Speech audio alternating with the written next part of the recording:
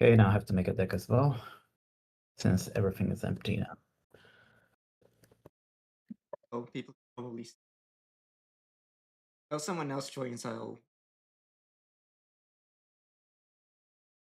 Sure. Okay. 3, 1, 2.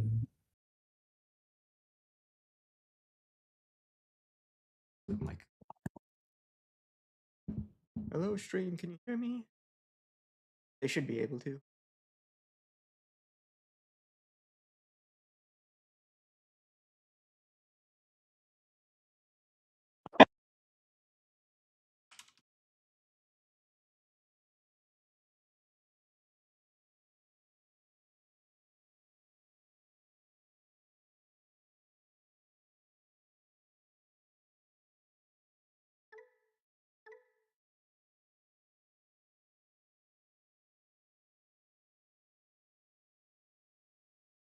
All right.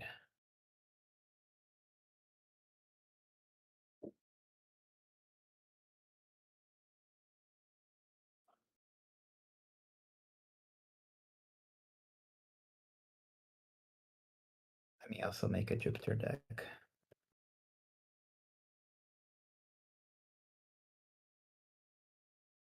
I feel like Jupiter should still be pretty meta relevant, but I'm not seeing it as much in the results. So I'm seeing a couple of it.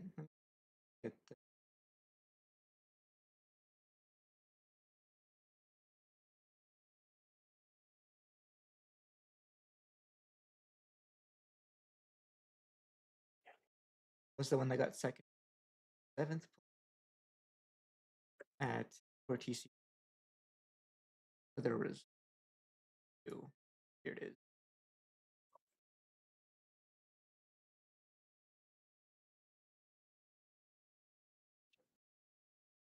Jupiter's in the UK regional either, but not that many. Yeah, the wipeout that Susanna gives makes it hard to come back, but it has come back. So I feel like if you you can like test. set up right for it, you can still like make plays. But yeah, I mean, I don't know. It feels like a lot of decks are good at wiping boards. I don't know what makes TB so special, other than it's so simple to do so, with just slam Susan. I feel like trying to like build a board and have it stick has always been kind of a flimsy strategy.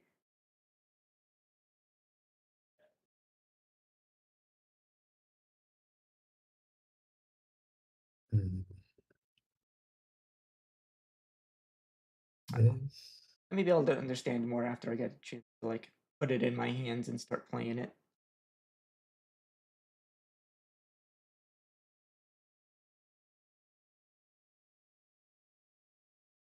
Okay, just 2 more cards. And bit of my here. There we go. All right, I have 2 decks set up. Let's go with the first one that I do most want to play that right now. Hey, Hero, good to see you. You can't see the DCGO right now because I'm waiting for opponent. Assuming that's you hopped in. Yes, it is. Okay, cool.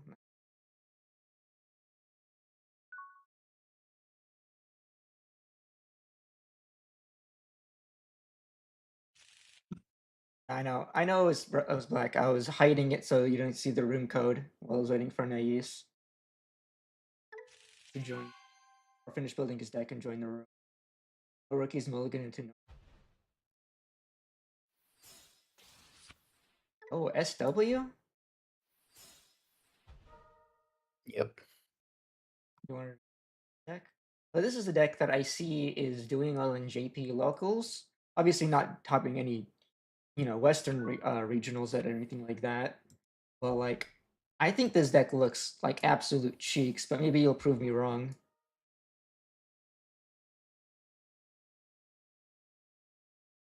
back. So that's. I thought this was the level 3. Look, I should take the Gasa. Yeah, too bad we don't have rollback here. Can't make any take backs. Hmm. Because if this was the level 3, I was like, yeah, I think I prefer the level 3 here over this one because of the inherit. 'Cause if the your turn effect is nice if I move it out. In that position, I was gonna like evolve it over it in the back.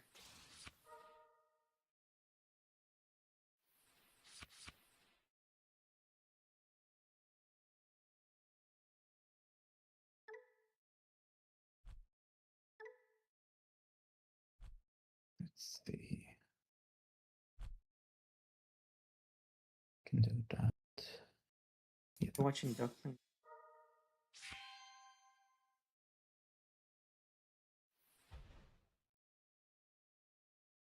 Yeah, I can see that it has like a number of various different like utility tools.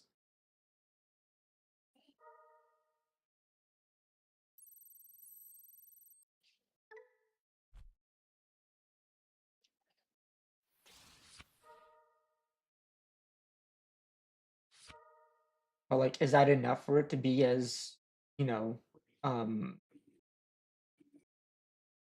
as dominant as it is? Because I definitely hear some people say that it like the deck is potentially tier 0, which is like for and I know it's doing well, but like I wouldn't call it like a Pockley level. You can definitely succeed and even win regionals with any deck other than um than TB. So it's definitely not at that level as strong as it is.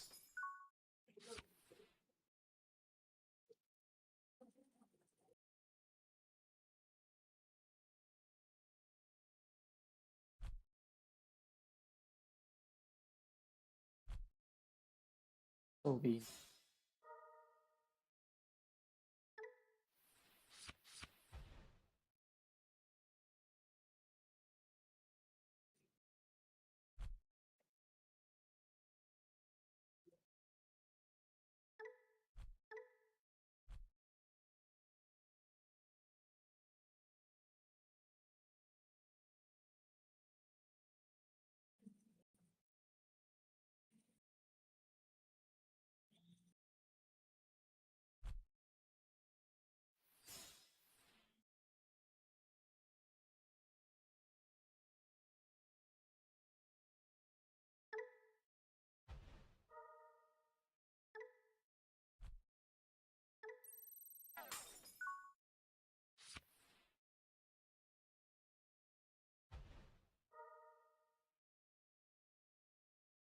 Mhm.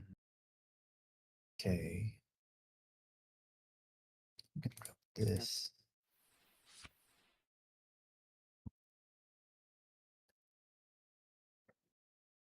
It's fine.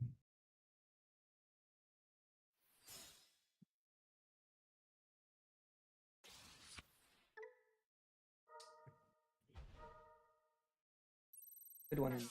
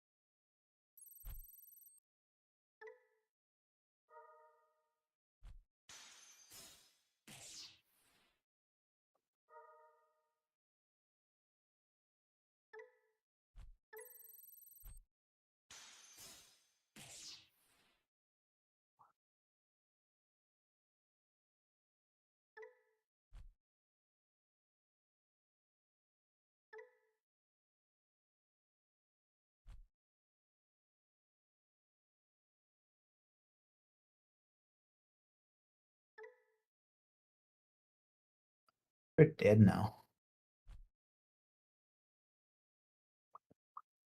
Yeah. The order is this. And then this will play out.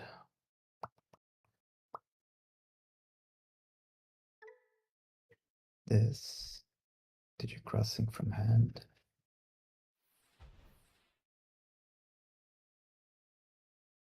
Okay, first we would go with this here. Security. Alliance.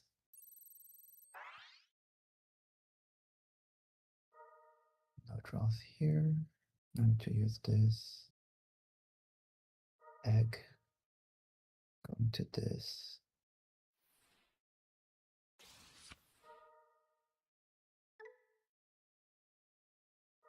And then this.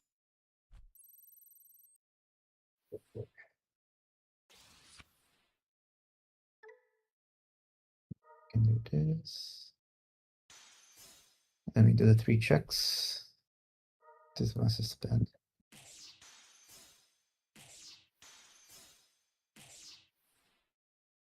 And then finally engage for game.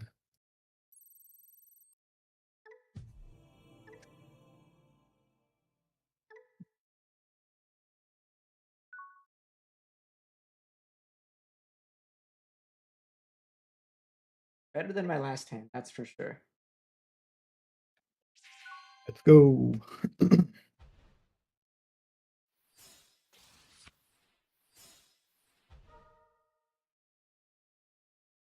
Yikes.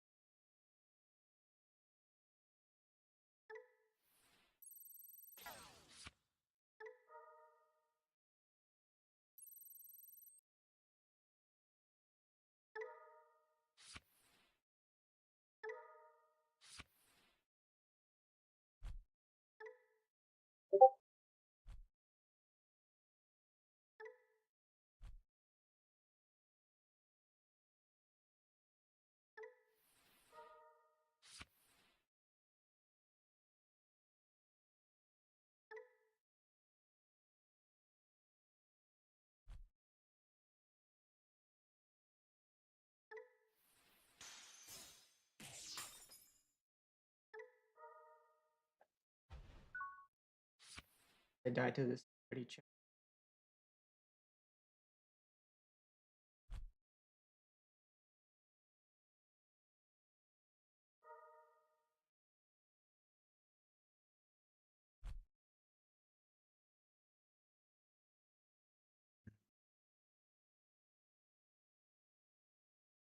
Grab this.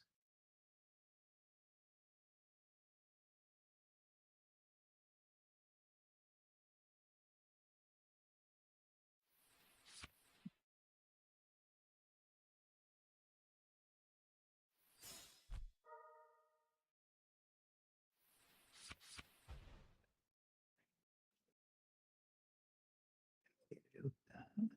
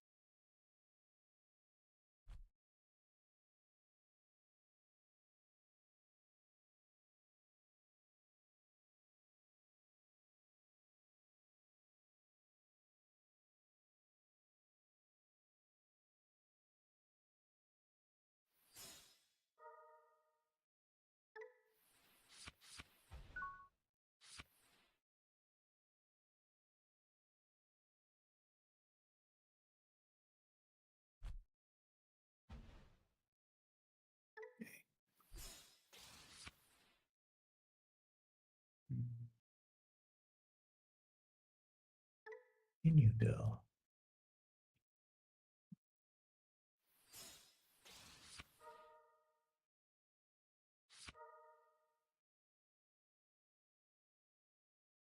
Go this.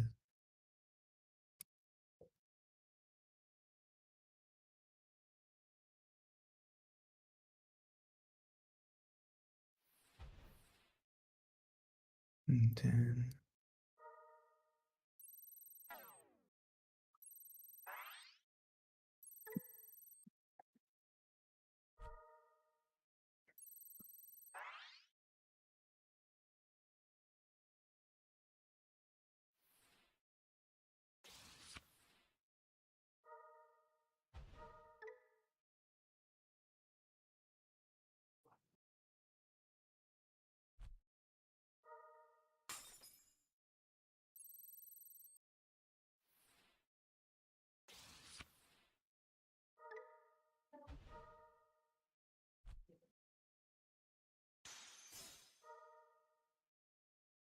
that's annoying.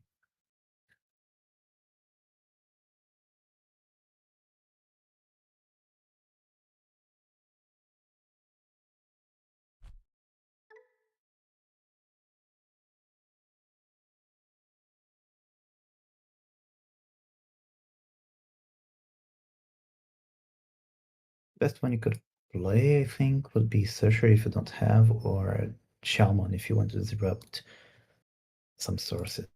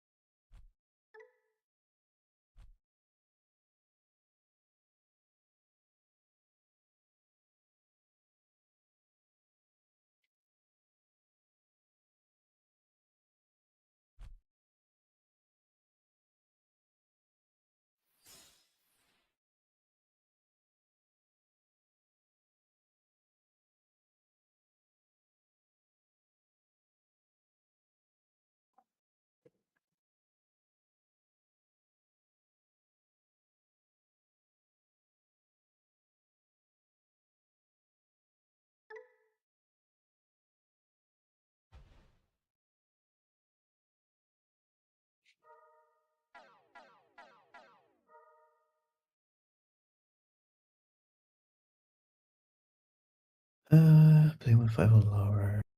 No reason to play anything here. I could not find my Neza to be preemptive. Should have just waited, maybe? Yeah. Okay.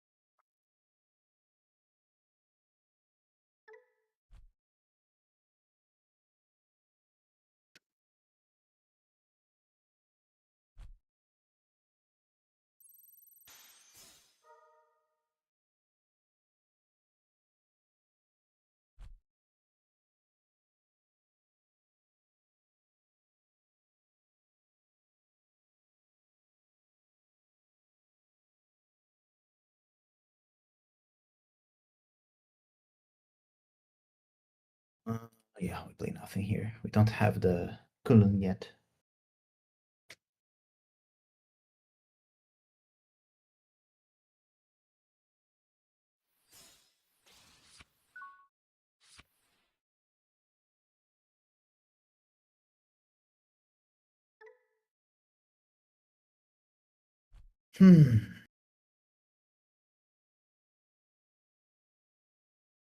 Guess. And finally, we have this, but this won't help. Uh,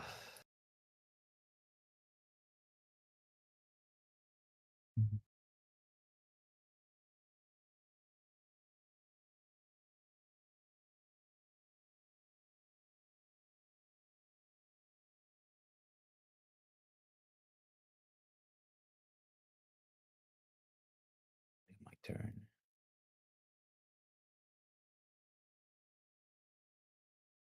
Oh yeah, you kept a turn. That's funny. Maybe this.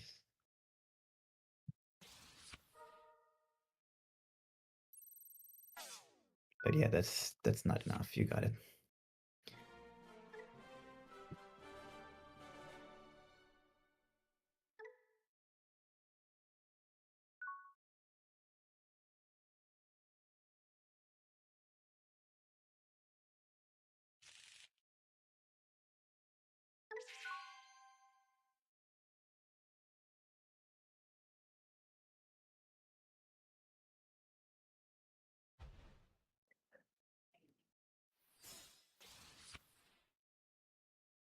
Hmm.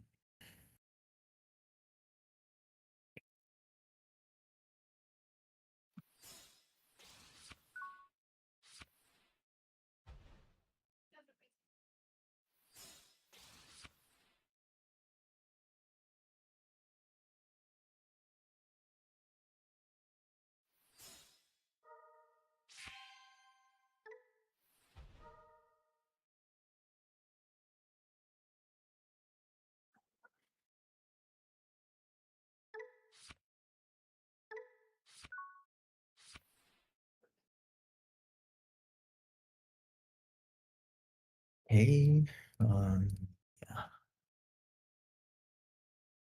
do this.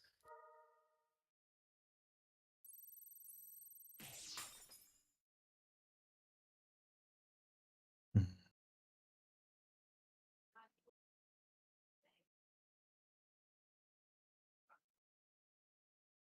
Guess this is fine.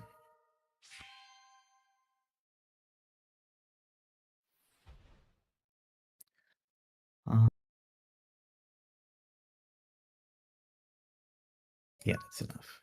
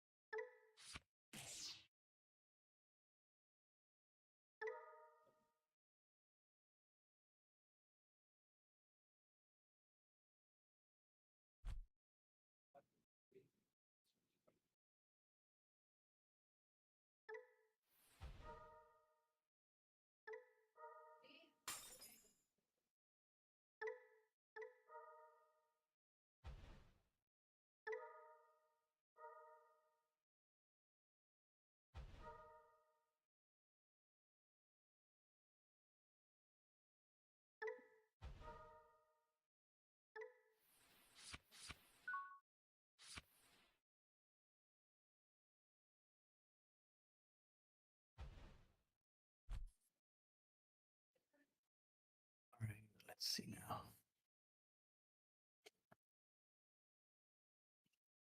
Why do you have 7 different names?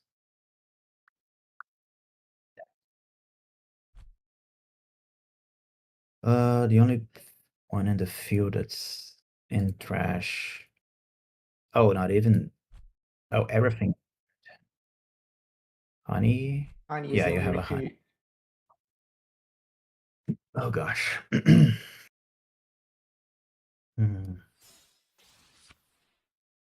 Guess it's the play.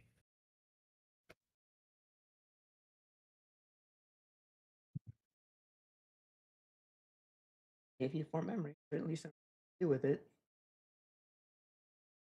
Not that much though. That's sad. Can do this, and that's it.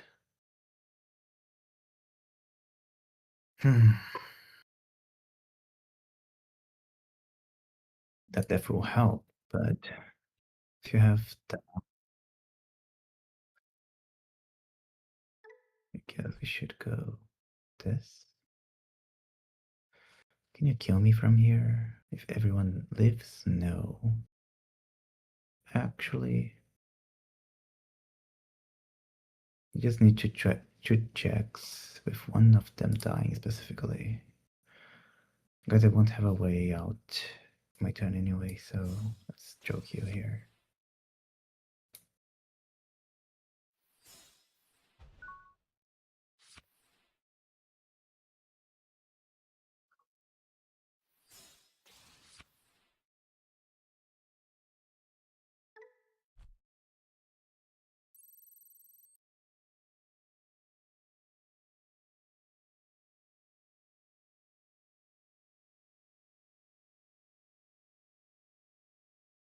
What do I do?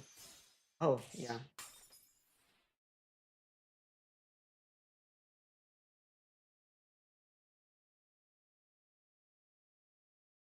Yeah, that seals it. You just need I always had it because I could 2. do this.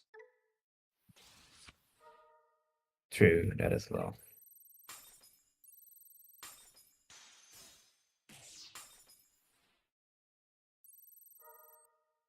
Well, let's That's just one check. attack. I didn't even realize that. Yeah, so which means I could just one attacking play this guy as well. Too.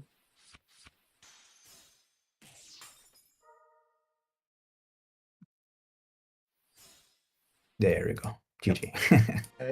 I drew him last turn off of the draw too, off of the honey. I had him.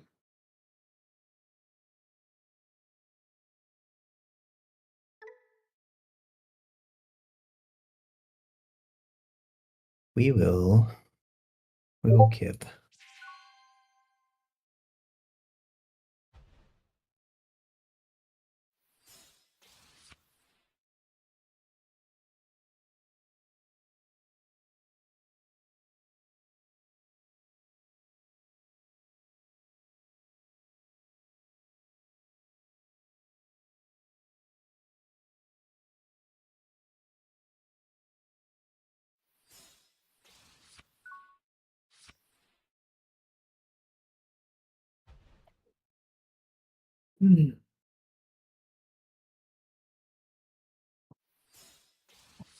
I mean, it's SW. Not really a surprise. It should be. There was a top on Brazil's regional. There was a player that won against 5 TBs.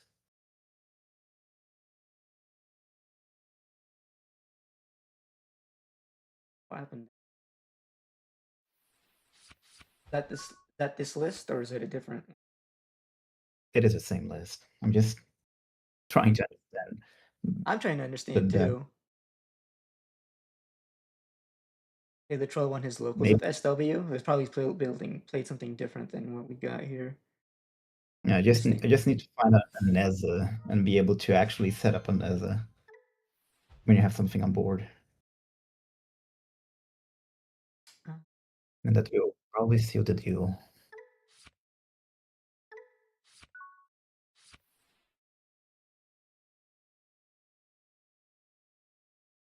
Okay. You do have that.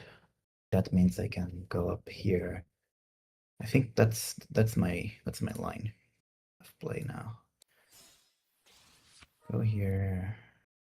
Do this. Then I can easily go here.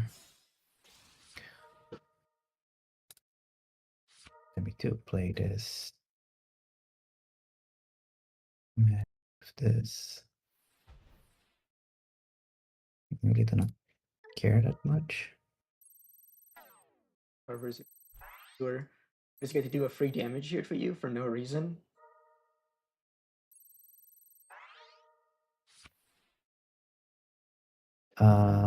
Sorry, what? It's nothing. It's just me talking to myself mostly. I'm just confused why Sanzo, they made Sanzo only recover if you have 2 or fewer. That's so unnecessary.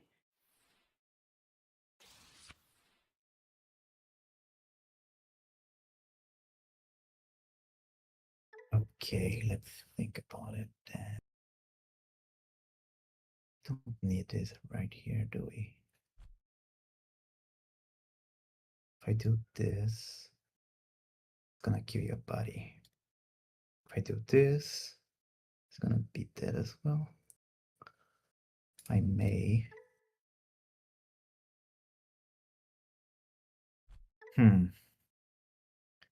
Save this for now.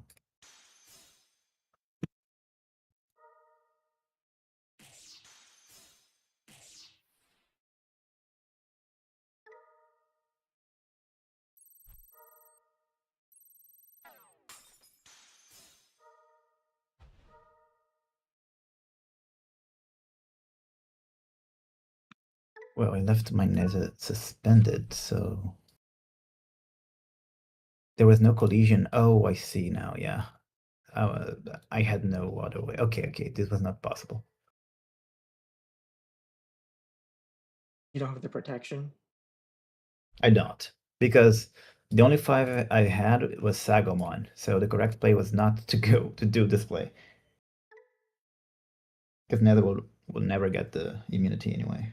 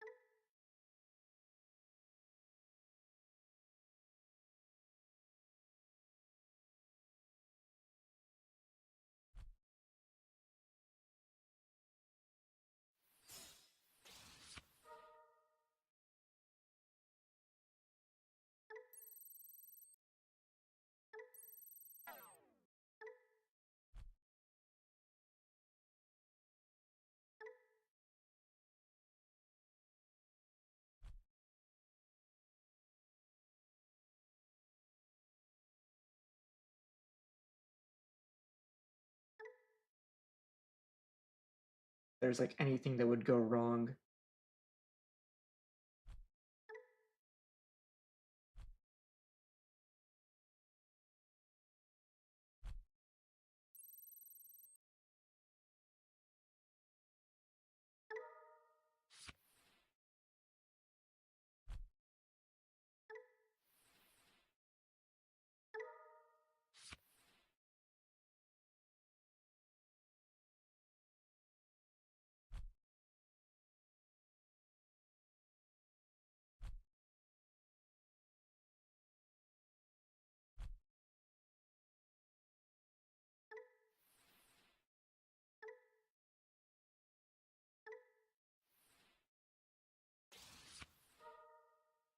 Yep, that works. That bottom.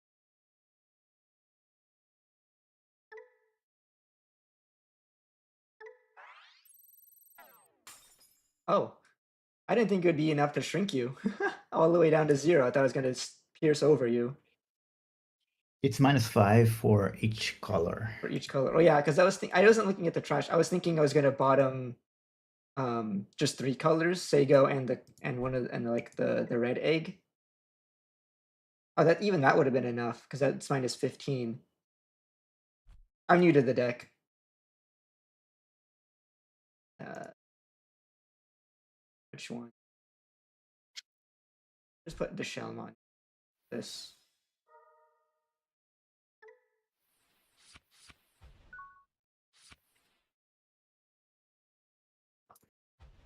All right, I got a chance to come back to the game, maybe? Let's see.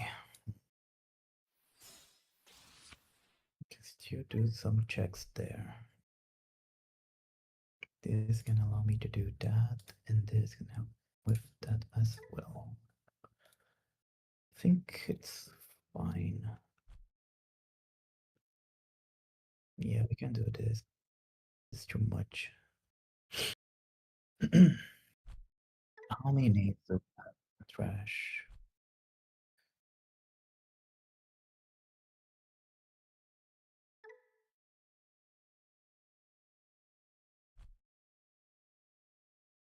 You have enough for that. Nah. You can't win. So we go this.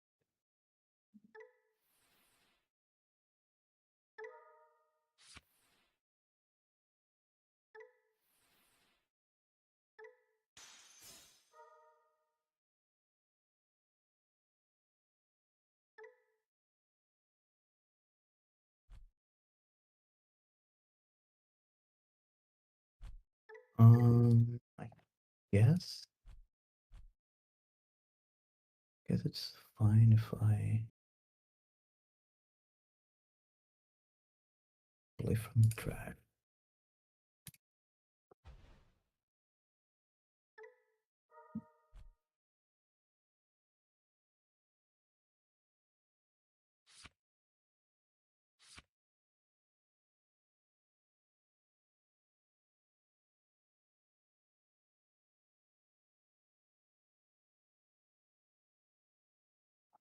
Mm.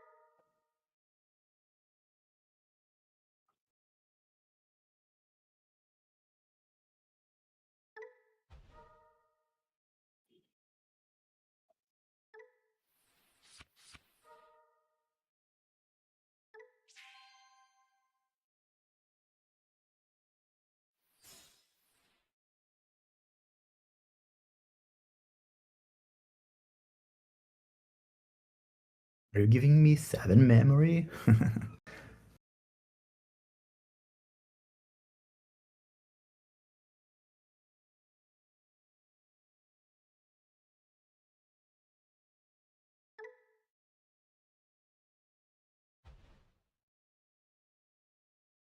Get to recover a lot, so closer.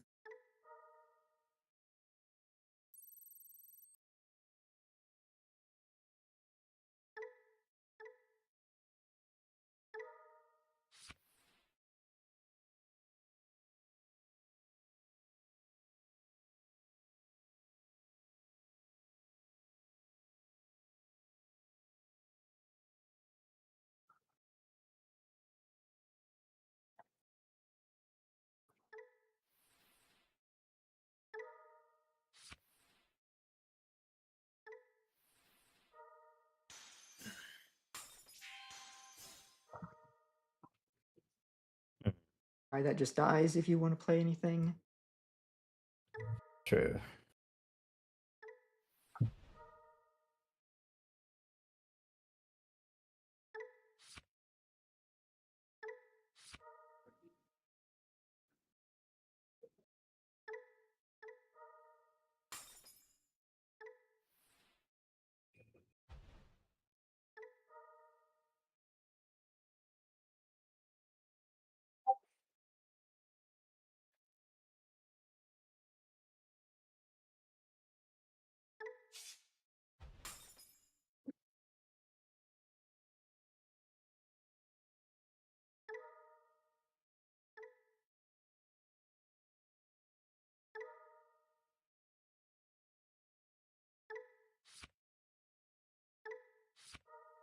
Get another guy out.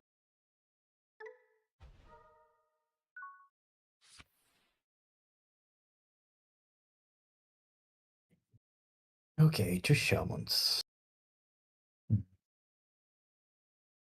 For security, 2 Shelmons and a Ryugu. Hmm. And a Ryugu that's threatening Samyojin.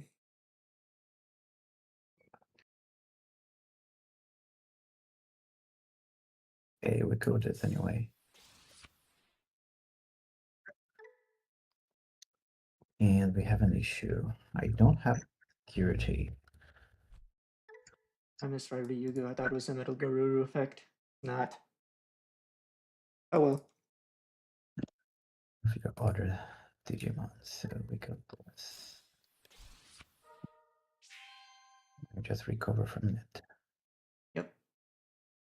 Nice free heal. Yeah, but is it enough though? Another Susan would just heal another one to not die to Susan. That and get her or something.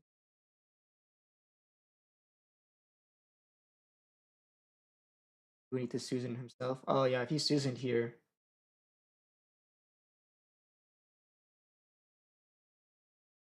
We've gone crazy. How goes TB? We haven't done too much. This is what, like a third game, I think. We're playing against SW, and this hasn't seemed like too much of an issue of a matchup so far, but it's too early to tell. But supposedly, this was a Nais is playing against Nais. He's playing a list that he in Brazil did really well into 2B at the last regional. We're trying to like figure that out, and I'm just trying to in general figure out what's so nice about TB. And I mean, I can see that it's a good deck, but like, I'm surprised it's doing this good. I feel like I want to see it more into more action against more of like the other like big meta decks, just so I can figure out like yeah, it's good, but is it that much better than the existing meta decks? And like, sure, it isn't necessarily because all of the other meta decks are still like topping it all, but like TB is still topping more than like the rest of the decks, right? Basically, I haven't played TB much yet, and I was just trying to learn more about it as a deck.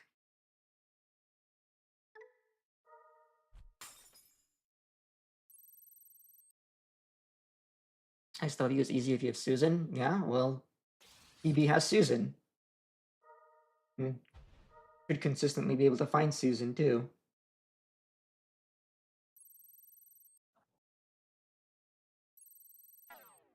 He's making a big play here too. We got a Nejimon coming down. Okay, Digimon has to block. Means he gets to have his immunity. Appears.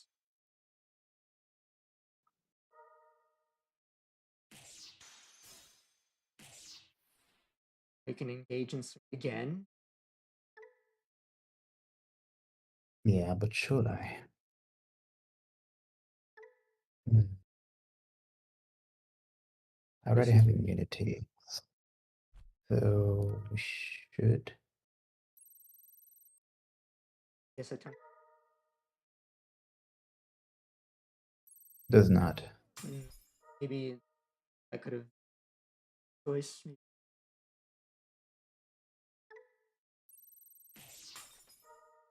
Could have a blocker. Obviously, you can still block to an extent.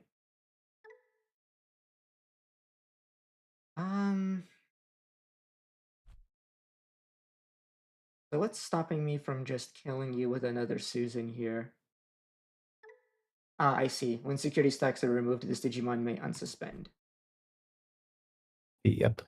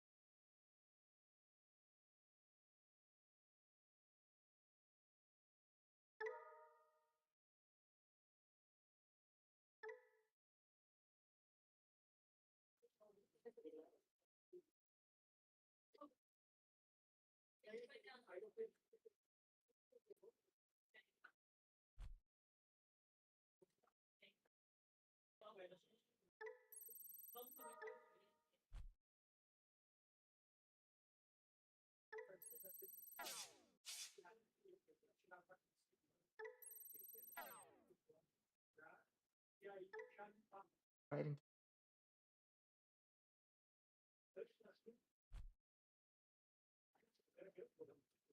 it.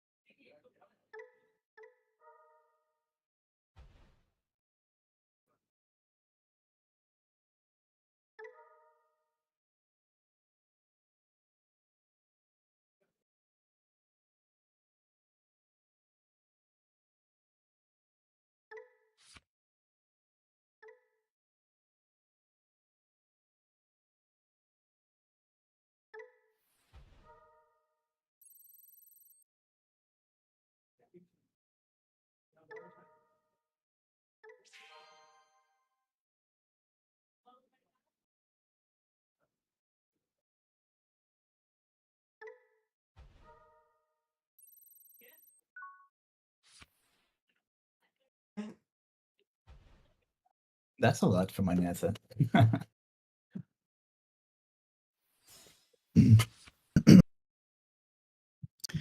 That claim barrier with saved it, huh? Yeah, I I should. think I'm still sitting pretty here. Yeah, let's see what else can I do. I really need another Neza for sure. But to find it,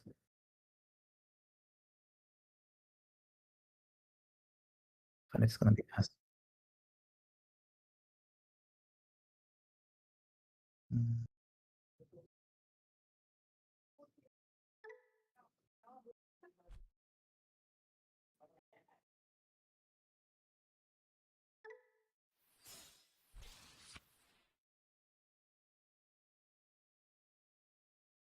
Not happening with this. Doing this may help as well. Engage.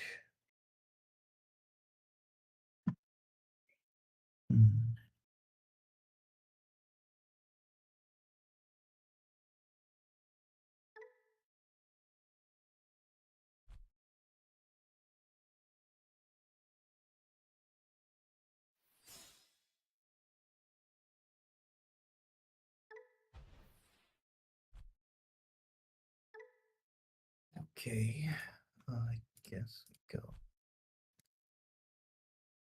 this anyway. This fella here.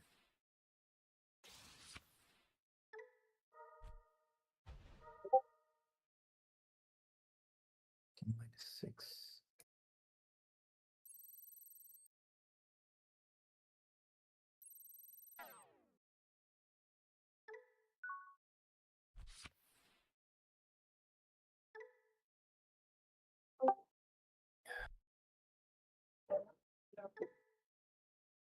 What's going on over here?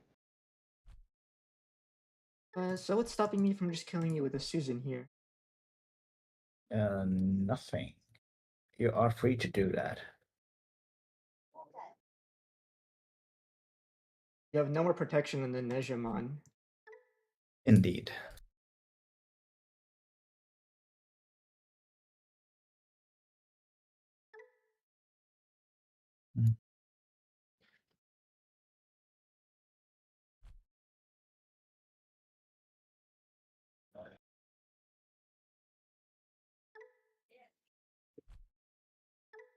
Loving it does nothing because I get not enough.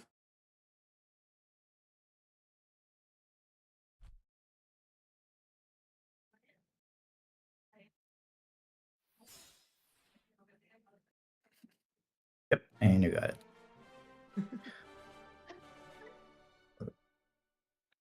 I don't know. Maybe I can see winning with SW here if like the opponent bricks, but like there's got to be a different answer here, right? I feel like maybe there's just something we're might be missing. Maybe they're just seeing a lot of their nejas and their opponent didn't have like a lot of good answers. Like I had a really good one there by going for the Ryugu when I did because the stopping you from suspending the the guy made it so you couldn't do anything with it next turn, so you kind of needed another one which you didn't have. This is SW versus TB. Yeah. The big issue with the matchup is that if TB just clears its own board and plays like a hoodie player and just loops resources over and over again, goes into Susan over and over again, the Naja will never ever ever have immunity, and Susan will every single time always clear board. Once you've done like the first two checks, two Susans is lethal, and your opponent is pretty much always giving you somewhere between like 4 and 7 memory to do any play in SW. Yeah, but I'm trying to figure out how SW wins. It doesn't.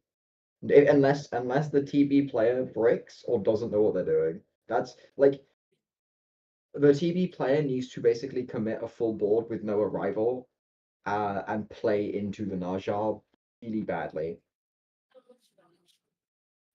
So like if I go Kaguya turn 2, I have the Kaguya and 3 bodies on board, no arrival. You go Naja combo, you swing, you collision, you get rid of 2 of the bodies, piercing through. I do not have enough in trash at that point for Susan. I have a Kaguya that could swing, but you're likely going to have some kind of fallback, a secondary 6 or something. You're also immune, so you just block it. My only hope there is to like arrival past turn and hope that I can do something after Naja swings and good with collision, but that's not a good answer.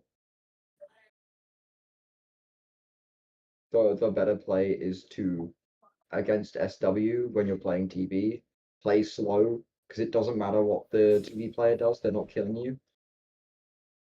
Sorry, what the SW player does. The SW player can never kill you.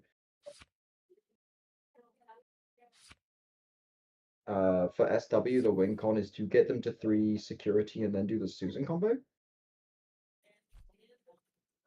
You want to do what the 2 checks aligned with the Susan, burning 1, and then engage with Naja for game. But you'll have to ask Kubo how to do that.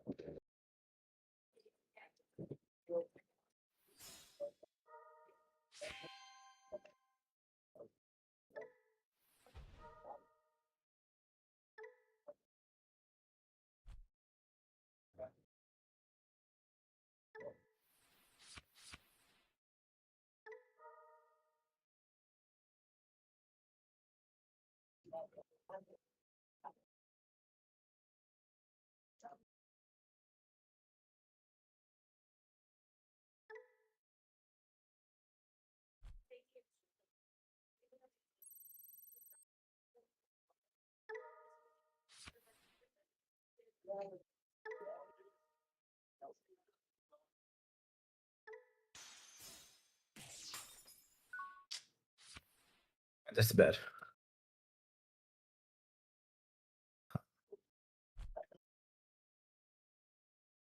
Mhm.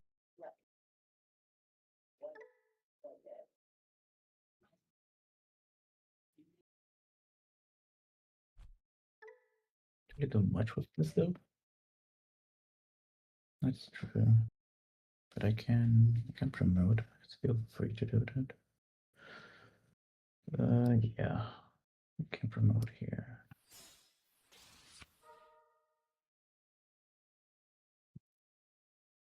Mm.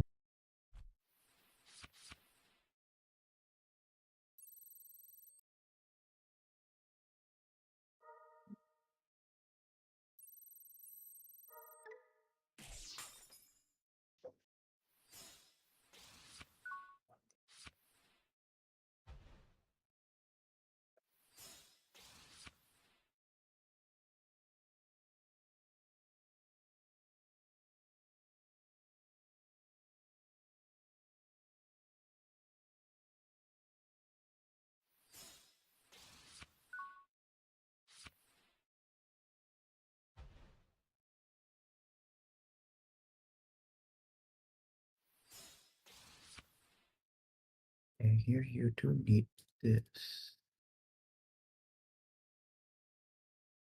Yeah, if you want to do something like that, you just make this little fella.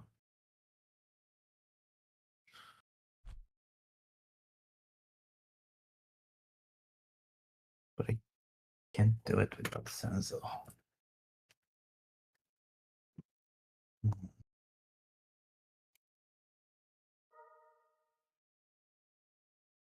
Should actually do this. Like this. Like 4. This on Neza. It's gonna help as well.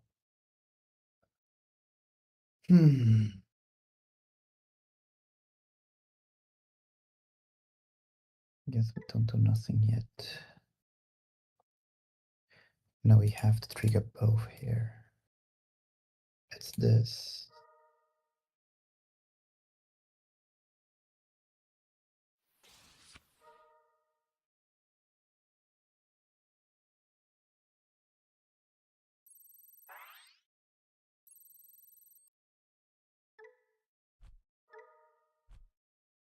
Lines with this.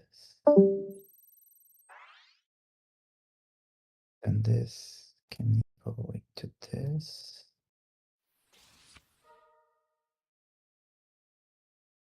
I can alliance. Okay, do that. And then this can climb up to this.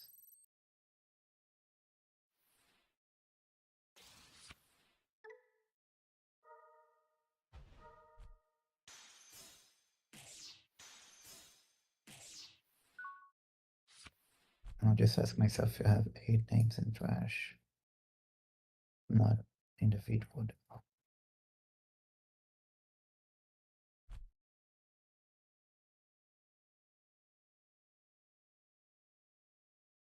Take 7.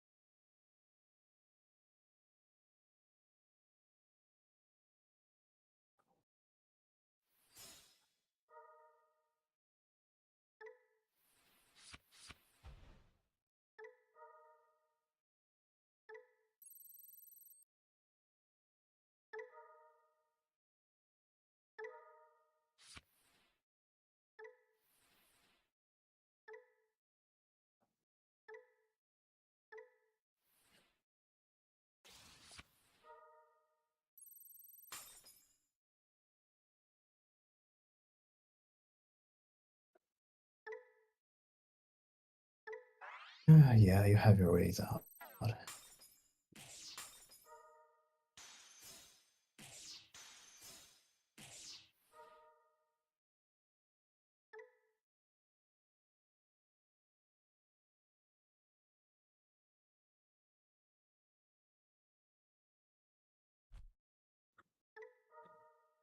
I don't know.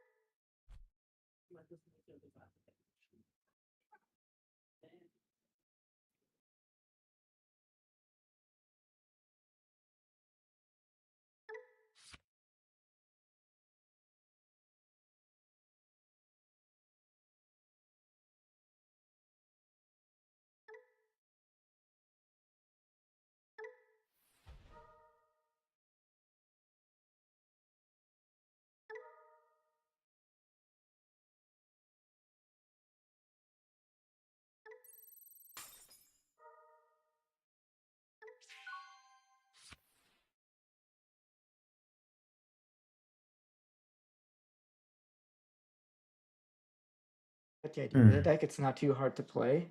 Yeah. I mean, I already figured. Like, I didn't even get to play the deck much before, but I watched it a little bit, and like, I already thought that this deck was like pretty straightforward.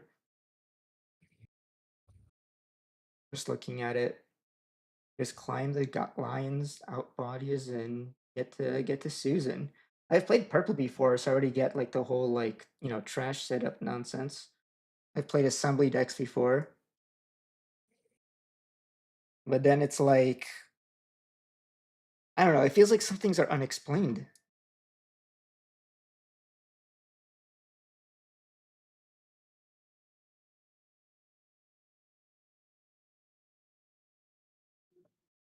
I guess I should wait a Be bit. here.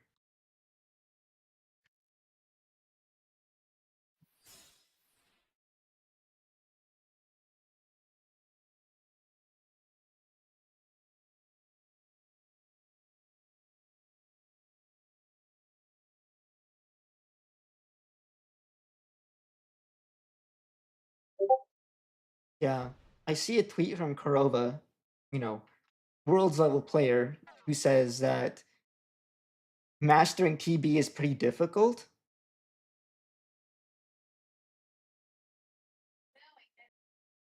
Uh,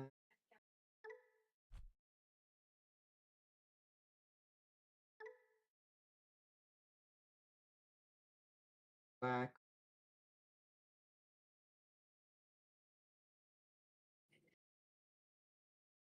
4 colors. There's already minus 12. Oh, what Yeah, if I that's do just that? Oh my god. Does that work? Would this be the funniest play of all time? yeah. You usually you do that, yeah.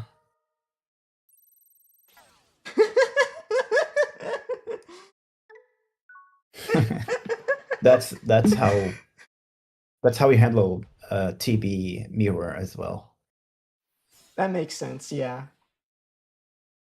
That's so funny that I can do that.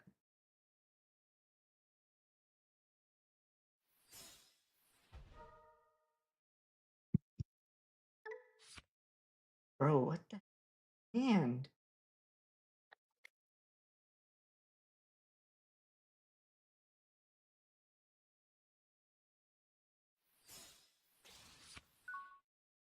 How have I not seen any Susans or any Wankos? There are Here. security problems. I'm gonna see if I can put it up on screen real quick.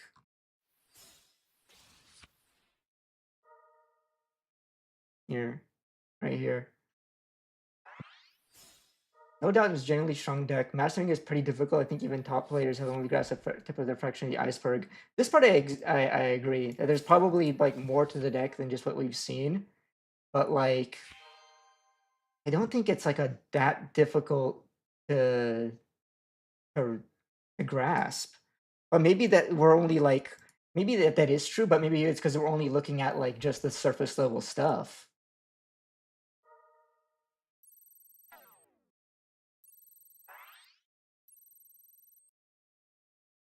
And that surface level stuff is just more than enough to win against a lot of matchups.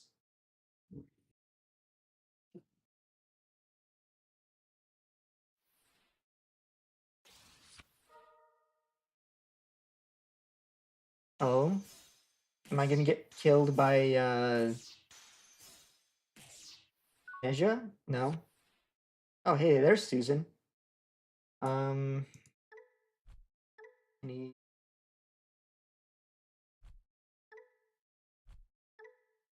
no blocker, no redirects? No, you just need to swing once and then Susan for game. Yeah, I top deck the Susan there. Yeah, We even finally found here, it. it could be better. Okay, yeah.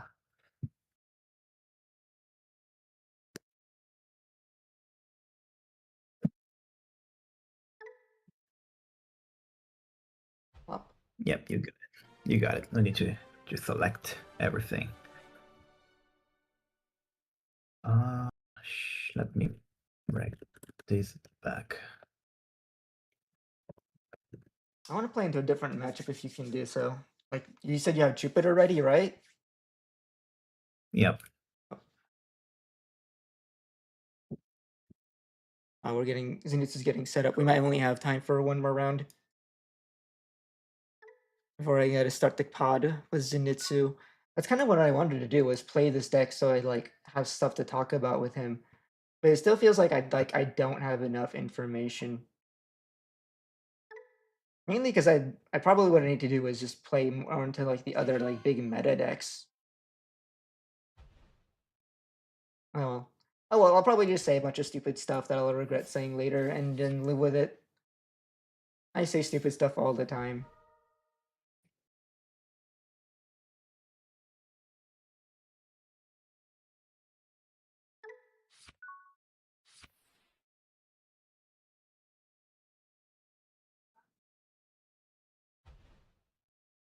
Mhm. Okay, from here we go. This.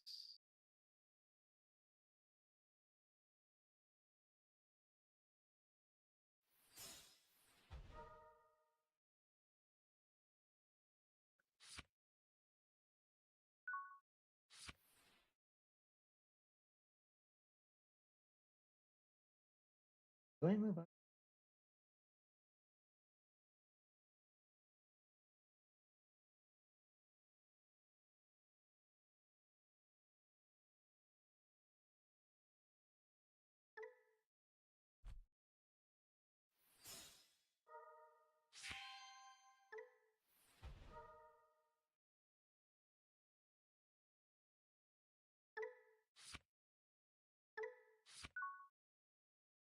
Worried that this isn't Casa, so I don't have like the biggest breadth of plays on my next turn.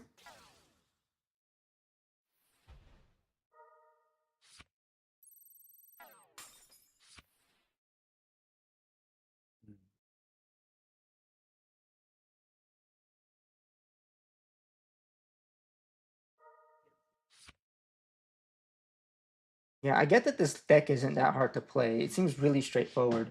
I'm just confused by Kurova's comment. Unless he's talking about not TB, but maybe he's talking about the other deck that was. Maybe he was talking about Data Squad. No, that can't be right because in context as a tweet, they're definitely almost certainly talking about TB.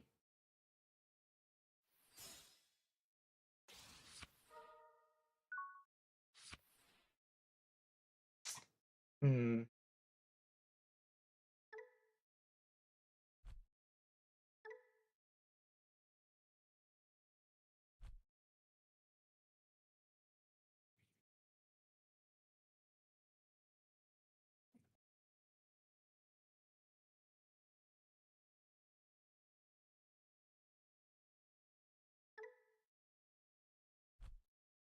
Yeah, I gotta do it anyway.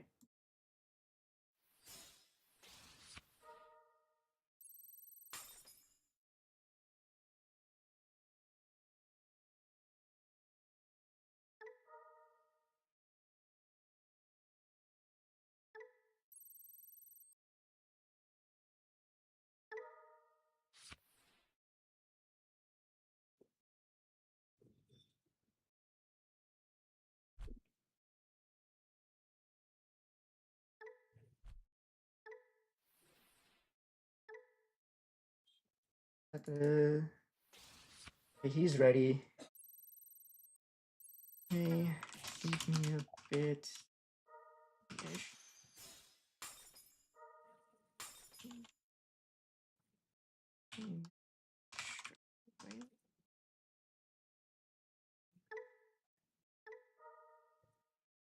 Was I not larger than you? Oh, yeah, you barriered. That's right. I looked away for a second.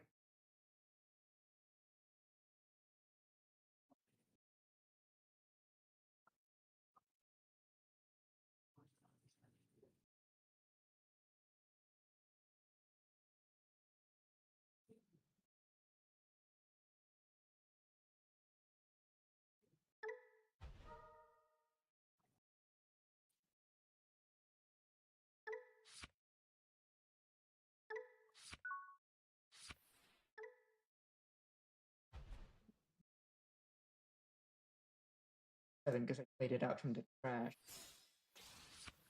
You put her, then I'll have. If you want, feel free to stream the pod. You don't mind? Yeah, I figured. I show the list after the games. I think I just pulled it from one of the regional topping lists. I'll have to pull it up again. I think it's this list. Which list is this? This is pack second place.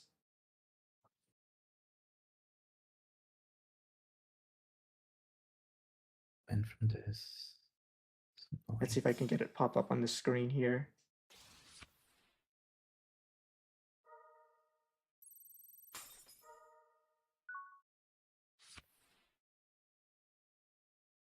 Right here. Screenshot it real quick before I do the next play. Or you can just like look it up, right? I'm on, well, what's the website called? DCG Nexus. It has the regionals info, second place from TAC regionals. Okay. So I can Susan here, I think, but I'm wondering if that's correct. Because it gives you a lot of memory just to outrun Diana. Right? You don't even have your gamer set up. Let's just set up a second analog. Grab another Susan.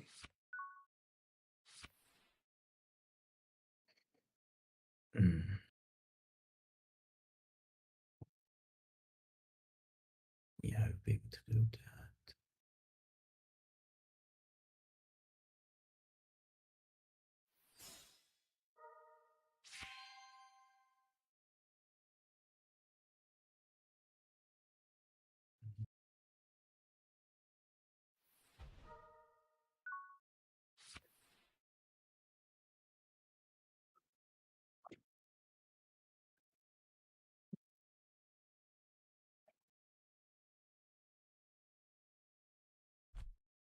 I just bleh.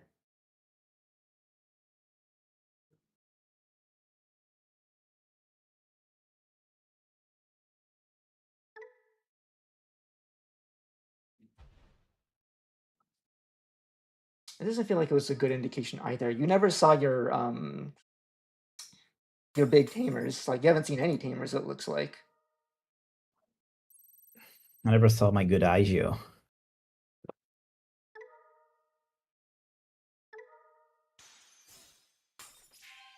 Yeah.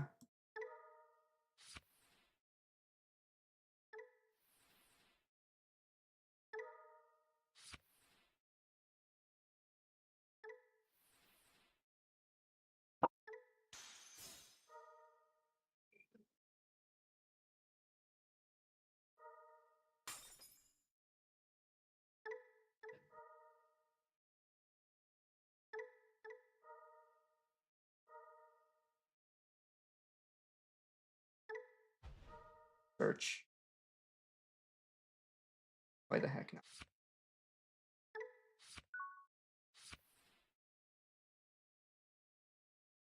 Seen quite a few lists run for Imperial Decree over the field spell, but I think the field spell works really well. It gives you a lot better like flexible lines, because being able to evolve on attack just works so well with in conjunction with execute. It means you're a lot less reliant on Shishima if you're just trying to get up into your sixes. And Shishima is pretty unreliable too, because he's easily stopped by anyone who has like a blocker or something or counter timing.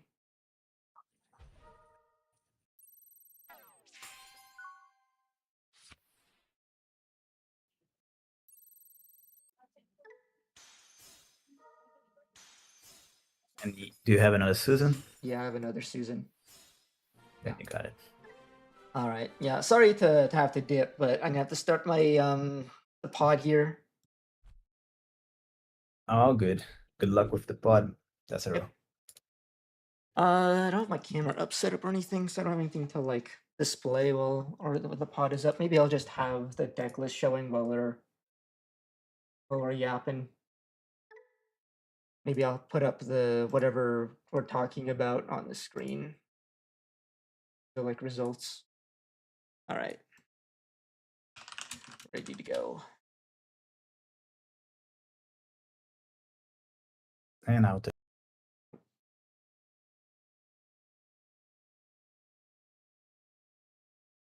Hello, Yo, hello. yo.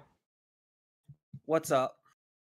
Not much. Joe's has been playing. Like I said before, I wanted to play some TB, so I have like better things to say about it. Because I feel like I haven't had much experience playing it, nor playing against with or against it, and it feels like it's probably gonna be one of the big topics for today. So I wanted to like get to know the deck better before I say stupid stuff about it. I feel like I don't have all the answers I need, so I'll still end up saying stupid stuff about it. Uh, dude, with the way Facebook was for the past 2 days, it was borderline insufferable. Like, literally, it was just Let's go. flooded with X killed the Digimon card game. And I'm just like, I get it. Everyone loves their memes, but this is a little excessive, I would say. Like, more excessive than in the past. Well, I'm glad I'm not on Facebook. Yeah, and we just got some information on both Naruto and Pal World. So those are two Mhm. up and coming card games that definitely are probably gonna eat at the DigiPie. Probably. Depends on how So much overlap there is. I don't know. I feel like uh for the most part, Digi is mostly filled with Digi fans. At least maybe that's just my perspective as being a person who plays Digimon because they like Digimon. at this point I think that's mostly true. But those were two other talking points. Like I just looked at cards, I didn't look at how to actually play any of them or whatever. Mm-hmm. Um So I'm not going to pretend like I'm an expert on Day Zero Naruto or whatever, or same with Mm-hmm. Power World. Mm-hmm. Um, but I don't think that either of them are encroaching on Digi space. It's just people that might be tired of Digi might leave to go to those games. Is kind of just where my mind is at in terms of that portion of conversation. Yeah, I mean that could be the case, but I feel like there's enough games out there that if anyone wanted to leave Digimon for another game, they didn't have to wait for Naruto to exist for that to be the case. You know. No, I feel you. I have my own personal thoughts in terms of expanding that conversation. But yeah, we could hit on that, and then obviously there's some spoilers that have me confused and Yeah. excited. Oh yeah, there's some So spoilers here I do want to talk about. Oh, and one more thing, there's a bit of a time limit. I do plan on going out with my family for sushi in about like 2-ish hours, so we do have a bit of a hard cutoff there. perfect, because I just got home from work because I am now a working man, and I'm just like, oh, I probably should also consider eating. So I would like to not eat at a late time if Yep. possible.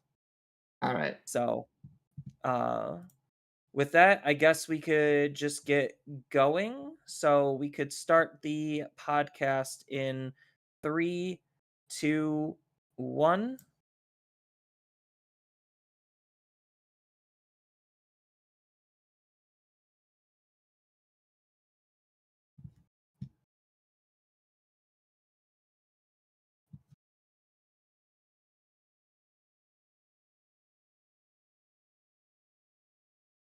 Yo, what's up, everyone? You're listening to the Digitalks podcast, the show that covers various topics from news to meta developments and everything in between for the fine folks who love the Digimon trading card game. Just as a quick reminder, right now I'm not streaming live on twitch.tv, but my Twitch is used for various other things in case you want to see me do other not Digimon related stuff.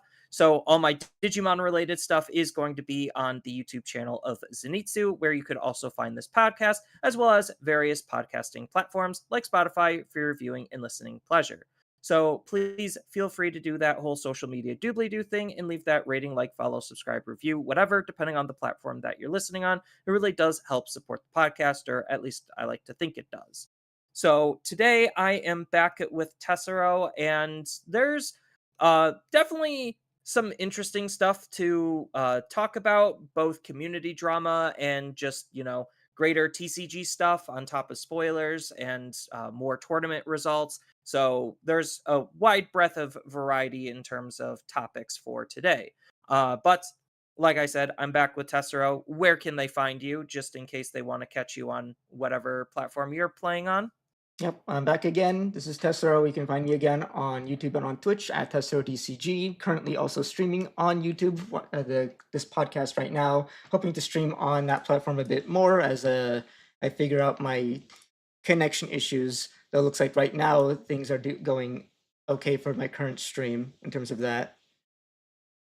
That's kind of cool. I mean, like, YouTube streaming, I think, is kind of just like underserved, and a lot of Mhm. Twitch streamers probably just view it as like, oh, this is just a secondary platform I could just, you know, use. But I do think like there is merit to using it over Twitch. It's just, I don't know, it depends on what the audience for both of them are. And I personally found that Digimon on Twitch has not been very kind to me. But I also did take a ginormous break from Twitch streaming for a while, so that definitely is a huge factor. Mhm. Yeah, I think there's But how's your possibility like? that there's How's probably your? a bigger audience on YouTube compared to Twitch for Digimon specifically, especially since we don't really have like our own category on Twitch. Yeah, right now it's either under like the old card game or DCGO Hmm. for the most part. So it is a little on the awkward side. And then obviously we're probably going to get one more dedicated when Elysian comes out. Hmm. Still no date on that yet, but I'm highly anticipating it coming out probably November, December area, Hmm. Hmm. which is Definitely be going streaming to that be. a lot when that comes out.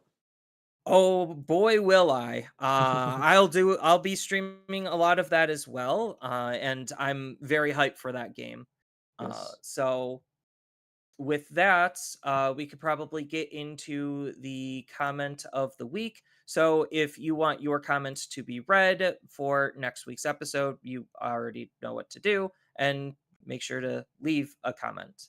Um, I didn't exactly have one prepared, but a lot of the comments from last week were more specifically geared towards basically people really enjoying this current cast.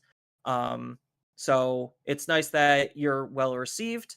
I enjoy our conversations. I don't know if you enjoy them, but That's I'm glad to having fun. hear, especially considering that if we're talking about comments for last week, because I feel like last week I was definitely very out of it. I was very tired that day, so I felt like I didn't do the best job that then.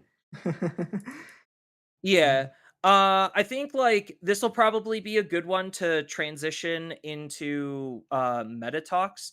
Mhm. Green Hill Mario, I do apologize for probably misreading your comment because they like a previous comment, because I was not necessarily super high on the idea of Dan in TB decks because I read it as Dan and Yuki.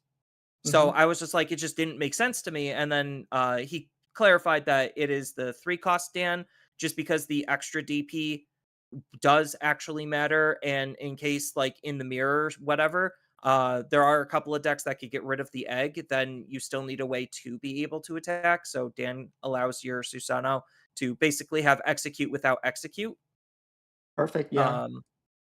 So, and then they mentioned that in Asia, there was a TB deck that did do relatively well in a somewhat larger event for them. So that concept is somewhat proven. Yeah, I can see So, that. Yeah, because I think I've also seen a tweet some of a player I respect tweeting that you should buy your alt art bands before their price goes up, because maybe that'll start becoming more of a common tech moving forward. isn't he a rare? Oh, but Yeah. he does have an altar. Yeah, yeah, yeah. Yep. He has an alt. Okay, but at least he's a rare. So, like, if anyone hmm wanted to play with the card and and try that tech, it's not unaffordable. Yeah, I think it mostly he was just saying in respects to like buying while they're cheap, so you can sell them off when they go up. Yeah. And right now, I know Gen Con, I think Gen Con's this weekend, considering we're already seeing lots of game announcements, which is hmm usually a Gen Con type thing. So there's going to be more tournament results to come. But right now, we have one from the UK. It is Rotherheim. I'm butchering Rotherham. that name, and I do apologize deeply. Rotherham.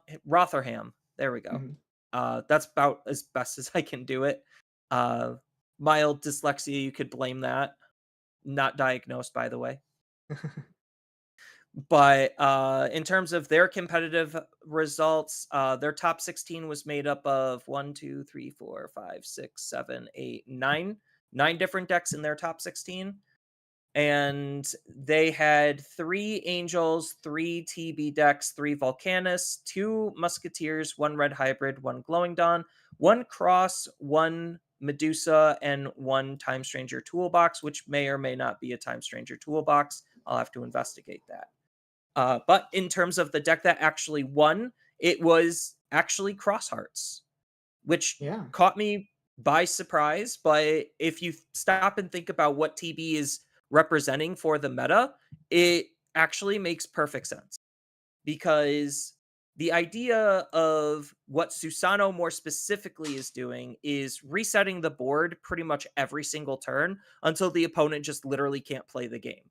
So hmm what Cross Arts is doing, in my perspective, is it's one of the few decks that actually can kind of go toe to toe with the Susanoo every single turn, because all of their stuff just gets reused anyway.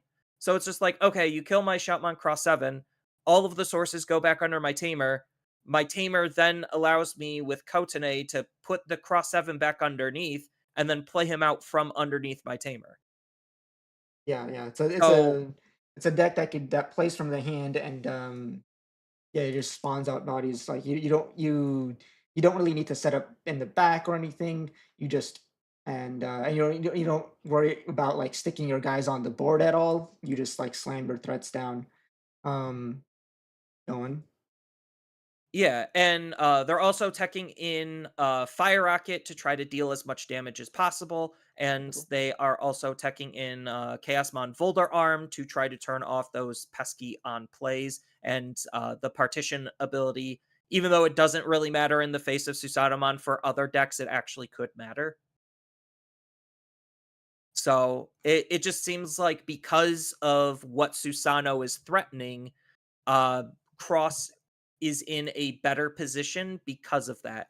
And the third place, Red Hybrids, is in that same type of category, where it's just like, okay, I invest in my Digimon once, and then I spit out a whole bunch of Tamers, and then I just use those Tamers to Digivolve. So it's not like I really needed to invest into maintaining a board state. And when my Digimon dies, you can't reasonably interact with my board state that much or that well. Looking at this list too, they're running Medusa and Nejimon as their top end too. And Medusa is actually pretty decent into TB since they can like um bottom deck away their if they're trash, so they either can't assembly, or at least if they can't, if the trash is too large, they can at least try to bottom away key pieces like Onibi so they can't execute. And Neja is also just generally a good guy to put up against Susan, since he'll have the effect immunity so it doesn't get cleared. Yeah, and that's kind of like where a lot of the meta is kind of Sure. like stemming from, is like this triangle-esque kind of meta. With Susanomon being like in the middle in its own sphere, where it's just like Susanomon is shaping the format on how we're rock, paper, scissorsing. Because you have Susanomon, which will beat out decks that basically are similar to Beelstar, where they die and they just get a whole bunch of bodies for free. Most decks have a hard time dealing with that, but Susanomon doesn't. So Susanomon beats that. But the decks Um, that beat Susanomon are the decks with like Digimon immunity, or the decks that could like rush underneath. And then those decks lose to the Beelstar type decks. I'm not saying Beelstar specifically is like, oh, Susanomon right. beats Beelstar. Don't know that matchup at all, but it's the same type of concept where it's like, oh, I'm going to delete your Beelstar, and then Beelstar spits out a Gato, and Susanomon basically just would stop that from happening in the first Yeah. place. Anything that tries to put up a sticky board with like decodes or on deletions is what you mean. Yeah. Yeah. And there's a lot of decks that do that, and Susanomon beats Mm-hmm. those.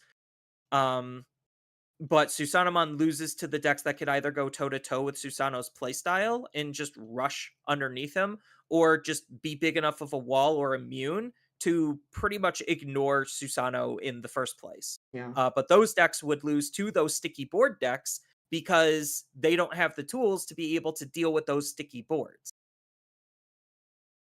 Fair enough. I would like So, to like potentially like argue that assessment, because it's like Susano is really good at clearing boards and is good at clearing boards that are sticky. But I always felt like strategies that attempted to make sticky boards have always been kind of downplayed in the game. Like I feel like a lot of meta decks already have the tools to wipe boards no matter how egregious you make them, right? Like decks like Jupiter and Bielstar and other meta decks have like multiple layers of removal to them, so that even if you have all these on deletions and decodes and whatever, you could probably still play through that and still wipe. So I still feel like even with Susan in the meta, it doesn't really like change the fact that um Susan represents this threat that makes it so you can't really like establish a board, but it feels like you could never like establish a board regardless if you're playing against anyone playing a competent deck and playing it well. Um but I can still like see how a deck like Cross and Red Heart can come into a meta filled with TB and do well. Right? That part I'm not yeah. going to contend with. Yeah, and TB right now is trying to adapt because TB, like we pointed out, they're just trying to figure out what different tools that they could use. So some are using Chimeramon, some are using Dan Cannon, and some are just electing to use like some of the SW cards because some of them, like Nezaha, are just that cracked. Definitely seen So some TB lists run Hakuba, which they won't have to do so in the future, because that's a really yeah. solid one. They're currently missing their main play for cost reduced by 2, which does have, you can use that for Susan or you can use that for your spells, which there are some really good ones in TB. Yeah, and it feels like a lot of red decks right now are more specifically trying to run Crimson Blaze a little extra harder because Medusa's running Crimson Blaze, Red Hybrids is running Crimson Blaze. Red Hybrids is also running Atomic Inferno because of the Nezaha. So if they like use Nezaha correctly, then it's literally just 6 free memory. That's Or I guess right. That's a technically good 5. combo. Yeah. I remember like when Yeah, Nezha got revealed, people were mentioning the whole interaction with Starter Deck Draymond. And that went nowhere. That was just like a thing people were just like mentioning. But the Atomic Inferno part does make a lot of sense. I think that combos really well with Nezha. That's that actually you can actually, Red Hybrid's actually a real deck. So Atomic Inferno is a real card in comparison to say Starter Deck 1 Metal Greymon. yeah. There's just a little bit, and even some other TB decks are running Crimson Blaze as well as like their tech card, just to Hmm. try to like hose on the mirror as much as possible. So like, it definitely feels like the centerpiece of the meta is TB, and it's dictating a lot of the matchup spreads. Yeah, yeah, It's yeah. just the thing is, the majority of the decks that are topping are still the decks that have been topping since EX, or not EX, 8001. So it's just like anything pre 8001 doesn't really, I guess technically EX11, but Galacti did get a really good support card in that promo. That Yeah. promo, after I read it, I was just like, excuse me, this card's disgusting. Yeah, so for So easy the to trigger. it is disgusting, but we're mentioning that, and it's like I'm looking at the results, and it is, for the most part, most of the decks we've already seen a million times, plus TB. But like, I think one thing that I kind of want to like notice and point out is there has been a looking at like the last three regionals that since TB has come out. You know what notable deck I see that is completely dropped off of top 16s? Bears. What? Bears is gone, it looks like. Oh, thank God. Thank God, I yeah. mean, it makes sense because Bears, out of the Time Stranger decks, felt like it was in the weakest position Mm-hmm. because it didn't have like the instantaneous kill power of Volcanus. Mm-hmm. Um, and it was just there to beat up on the decks with like Digimon immunity. Um, Yeah. because it was either your Digimon immune or you're playing the dual cards that out the Digimon immunity. So it was just like it was the weakest deck in that position. Yeah. It's probably like maybe like the prime example of a deck that does lose TB because it is trying to establish a sticky board. Susan works plays pretty much perfectly around Fortitude. And because they delete themselves with execute, there's no 13Ks on board, so they can't rebuild by slamming Marsmon or anything like that. Yeah, no, it definitely goes to show like it's still a very strong and decent deck, but that is like the best example of like how little matchup changes actually can make decks more or less viable, because Mhm. now we're seeing cross and red hybrids basically have these positive TB matchups, or assumed positive TB matchups. Um haven't tested those matchups myself, so I'm just guessing based on the data. And yeah, it very much feels that way. Yeah. In its place, Volcanus looks like it's getting more tops, especially if you're looking at like the UK regionals where they got three, tying for the most tops next to Toho Braves and Angels, which, like you mentioned before, it kind of fits in that same category of a deck that sort of just slams their threats onto an empty board rather than rather than trying to like build from the back or anything like that. Or trying to Right. like, do anything sticky. And it also has the damage output to pretty much ignore the recovery from Susano. And when Susano dies from execute, it leaves a field, so it's Mhm. always going to be a live card to just hard slam and then just do a lot of damage. Yeah, yeah, yeah. So And even if you like I also recover think, and become out of range, you can like because you typically a Susan would like spit out some bodies with its inherits the after it executes itself. You then have bodies for not only for the cost reduction but also for Marsmon to come in with the when you play it off a factorial area off the tamer to get another burn in to make sure that the lethal happens. yeah. And it's really interesting to see the tech that the Beal Stars are trying to include in their decks to really spice up what their matchup spreads are, especially into TB, because again, don't have that concrete data that it wins or loses against TB pretty hard or soft. But it does feel like it's acknowledging the existence and it's trying to play towards better outs. So one of the decks is literally playing Kaiser Leomon as that hybrid factor to try to be like hybrid for game. Um, Mhm.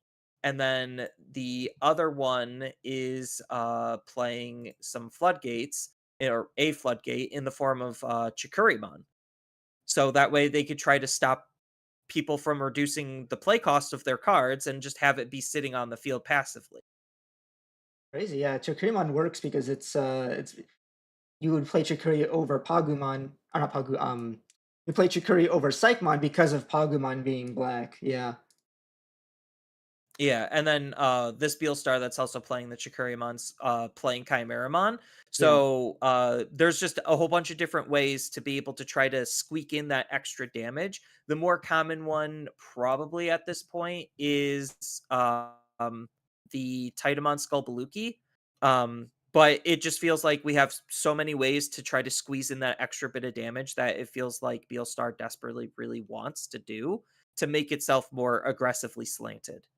I feel like that's always been the case. We've every Three Musketeers deck that ever topped has, well, not everyone, but like for the most part, every Three Musketeer deck that's like serious or has topped is always including some way to get an extra bit of rush damage off, so they can win off an empty board. Kaiser Leo isn't new here. I've seen a number of lists before this run Kaiser Leo, Anti-Titus Buluki, and Chimera. Those are options too. My preferred card is still Louis. Louis does that job as well. Yeah. It's like that's not right. I wouldn't say that's necessarily new for Three Musketeers. They're always running at least one of those cards, one of those three, or four actually, to make sure that you have like a way to lethal off an empty board.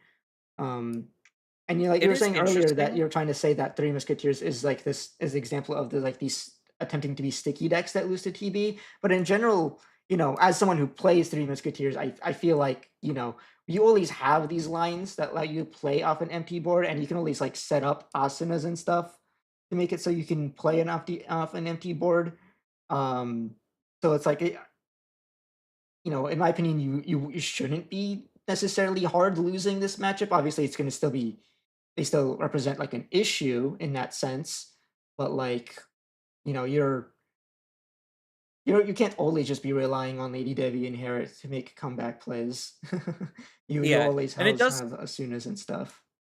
it does feel like Three Musketeers also has like a little bit of floodgatey aspects to it as well, where it's just like, oh, I'm gonna run Shine, I'm gonna run Yeah. Dianamon, I'm going to run Callusmon. Like they always have some kind of like Digimon to be able to try to stall the opponent out just barely enough.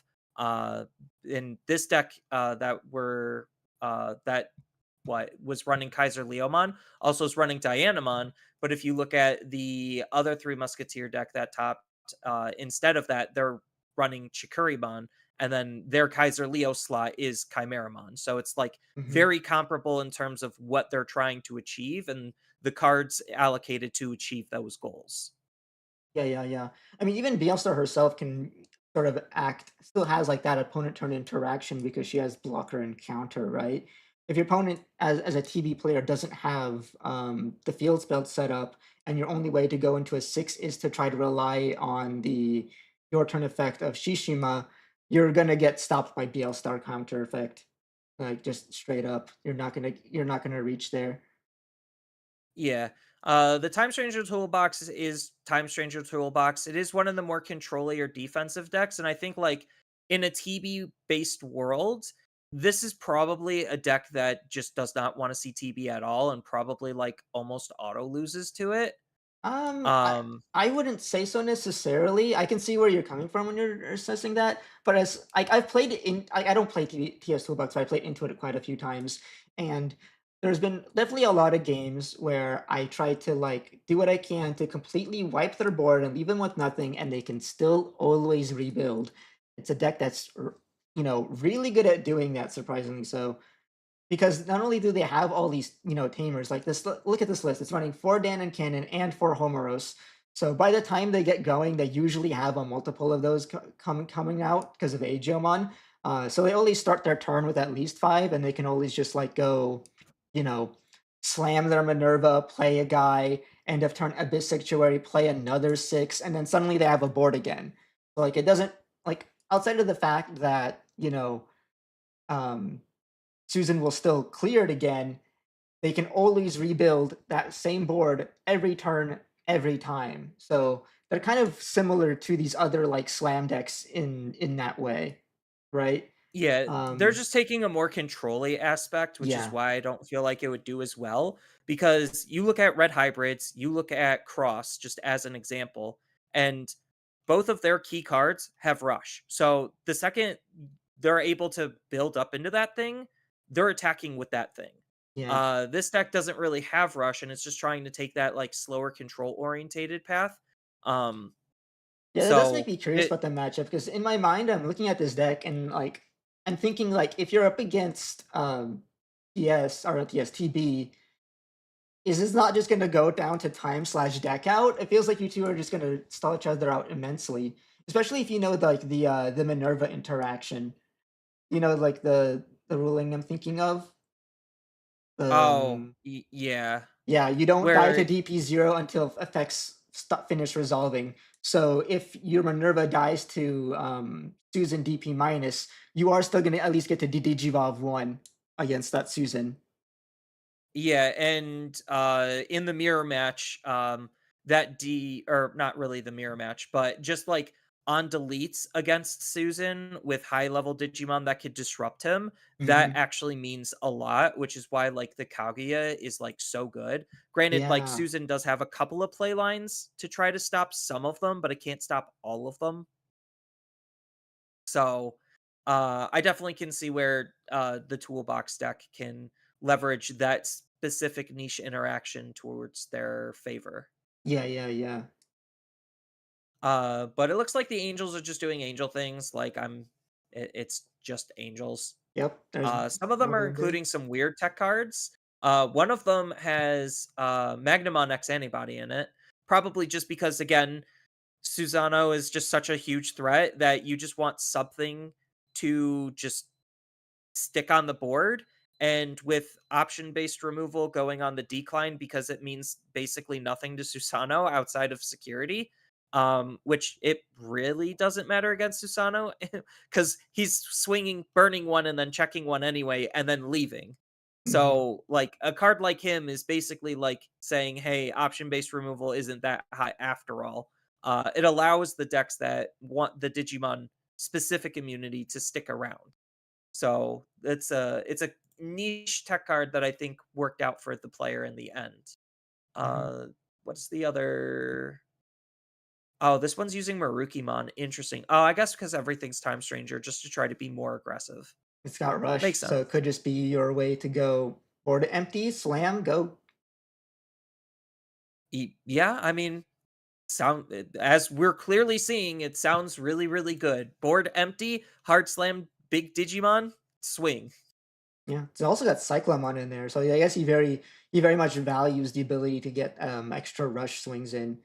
And Angels is like the kind of deck that can generate a lot of memory. So, you could probably with like, Blinding Ray, double activation of Nyaromon plus Pada Inherit, you could probably just have enough memory to just slam that Cyclomon for the lethal that like last swing for game if that's what you need to make the kill turn happen. Yeah. And I'm curious to see what kind of trend is going to continue. Because it does feel very rock, paper, scissory, where it's just like, okay, everyone's right now teching for TB, but once they start teching towards TB and TB starts falling off, then maybe something like Beelstar will be more prominent again. Again, not Mm. saying it's losing the matchup. I'm just saying, like, just it was the last top deck, but maybe because of its matchup spread, it's doing a little bit worse. I, again, don't know. Yeah, yeah, I'm not sure either. I would also love to investigate what's made DL Star not as topped as much since the set changed. It could just be that like maybe the people who were playing DL Star moved on to TB. They both have a similar niche where both of them are kind of some of the more expensive decks to build out there because they both Yeah, have these your $70 Susanomons that you need probably bare three. minimum 3 of for Hmm. competitive play. You could get away with 2, but you're just making your deck less competitive as a result. It's Hmm. still possible, but less competitive. Um yeah, Yeah, it's that just could just it's be it. really interesting. But yeah, but there could And be a like I number of think factors. I used to be playing VB since the format changed, but I think I'm going to be switching back to playing a lot more um, BL Star, just so I can try to like investigate this. Like, if is BL Star really a deck that falls off now, or are people just like tired of playing BL Star and playing it less? Can I Right. explain And that interaction with Minerva? Oh, yeah, I'm streaming it now, so I got that chat. I want to just so that everyone is on the same page here. So what's going on here is that dying to DP0 only happens in between effects. It can't happen during an effect. You do rule checks in between effects happening, not like during an effect resolution. So what happens with Minerva is that Minerva says you play a Digimon or you play a 5-cost or lower TS card, then Digivolve one for each Digimon you have on board. So what would happen is that if you get cleared by Susan with Minerva on board, Minerva on deletion goes, play a Digimon, it'll be at 0 DP, but before it dies, you'll have that one Digimon on board to Digivolve one, there's Susan, and then that guy dies. And then your 0 DP Digimon dies once that effect finishes resolution. Which means once you Digivolve their Susan, unless they put another Susan underneath it, they're gonna lose rush and won't be able to execute you. yeah, which I have fallen victim of similar type plays myself during practice. I'm just like, oh, if I stacked my Susan better, I could have played around this DTG and then I wouldn't have lost, or Yeah. I could have won harder. Not that I was in a losing position, because I think I did that against Rocks. Yeah, I did that against Rocks, where they were just like, okay, I'm gonna fragment and then de-digivolve you, and then it's just like, oh, if I put my Susan underneath it, I could have stopped that. Oopsies. Yeah. But yeah, it is a really goofy interaction. I'm surprised that they're not playing Sarismon. I guess Sarismon's just kind of too clunky and hard to use. Like Bacchusmon is just like kind of just better in most cases. Yeah, And and you if you're already have the wondering, protection off of Venus and Neptune, so I guess it makes sense why they wouldn't run Saris. yeah, Ceres is a little extra. This is very similar to one a friend of mine who you run their store regionals with. They're running Siren Mons, but no Ceresmon with it, and it's just because Siren Mon is just a really good card to have in TS Toolbox, especially with Bacchus. It just sort of acts like as like an extra deco. It's like it's kind of like how what Venus does for the deck, except without the stun, where like you know it how do I put this? It's like a awkward protection that also recovers you one, right? And that recover one, because you're a control deck, just puts you closer, stalls the game out even longer. It was just a card that just gets in there, protects your bigger bodies, and then it basically a recover one when it goes. I mean, that for a control deck, that sounds pretty good. Yep. But the funny thing is, if you actually like think about like what decks of these are like control decks, Time Stranger Angel is like, or not Time Stranger Angel, Time Stranger Toolbox is like literally the only one, and Mhm. everything else is like hyper aggressively slanted. I mean, that's generally Digimon for the most part. There's only been like maybe one good control deck, and then everything else is very aggressive slanted. You mentioned earlier that it's a very like rock paper scissors esque format. Rock is still the best. Rock is top tier in Digimon. Just play rock. You'll never go wrong. Yeah, it goes back to like my Hearthstone days in college, because I did competitive Hearthstone in college. I was part of a collegiate team that I formed, and I was listening to, oh god, who was it? It was either Kibler or Dog, and they were just like, the meta starts with aggro, the meta ends with aggro, and that is the most truest statement I could say when it comes to Digimon in terms of like translation of that. It doesn't work per se in all other games, but like Digimon more specifically, it like fits to a T. So for me, there's just no reason not to play an aggressive deck. And like I've seen a lot of like rebootmon players, because there's only a few of us, and I've seen them use some like wild tech cards, and during my testing I tested some of them, and I'm just like, these feel awful because I'm not winning the game. Like, that's why I started putting in Monarch Lizamon, is because Monarch Lizamon says you can win the game in situations where if this was any other card, you wouldn't. And I'm just like, cool, I like winning the game. I guess I should run this type of a card. So, yeah. But now they also have Vortex, so that also helps a little bit. Thinking about it, that quote fits. I get why that would fit really well with both Hearthstone and Digimon, because both of these games are very they're very like opponent turn interaction light, right? It's a very much your turn is your turn sort of games. There aren't a lot of things that you can do during your opponent's turn outside of like set up a trap in a way. Like in Digimon, you'd have like maybe some delays or like a security interaction or some like on deletion nonsense. And in Hearthstone, you might have like again also like maybe a taunt or a secret, and like that's it for your opponent's turn interaction. So I guess it makes sense that that quote would fit perfectly for both Hearthstone and Digimon. Yeah, now that you think about it, because like I think Digimon, like the designers, really hate alternative removal types. And I think they really want to push on deletes to be that form of interaction. Or Mhm. like the ability to have an ability trigger when something is going to be leaving. Yeah, So, like the decodes and the fragments and all of that stuff, it really feels like that's the direction that Bandai is pushing for interaction in Digimon, because it is just hard slam big body, blow up the opponent's field, and then can the opponent hard slam a big body and then do the same?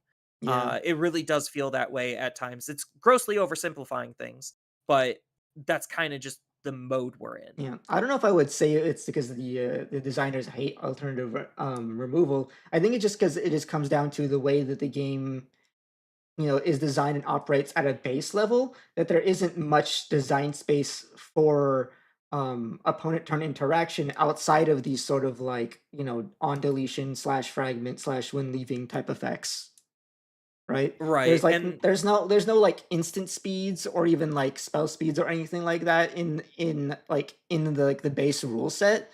So there's like not much else that you can do that's actually effective, because we've seen them try things with Ace, and Ace just doesn't work in the context of this rule set, right? It's too easy to play around, it's too easy to punish.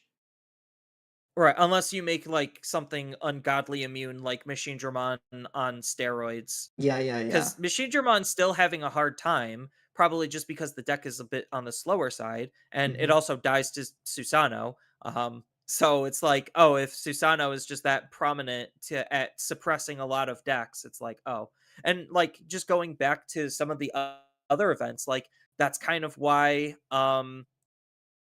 Omnimon was doing well and did well in that one event, was because again, Digimon immunity means that Susanoo can't out it, and then it also just has insane levels of aggression when it's comboing off to basically win the game on the spot.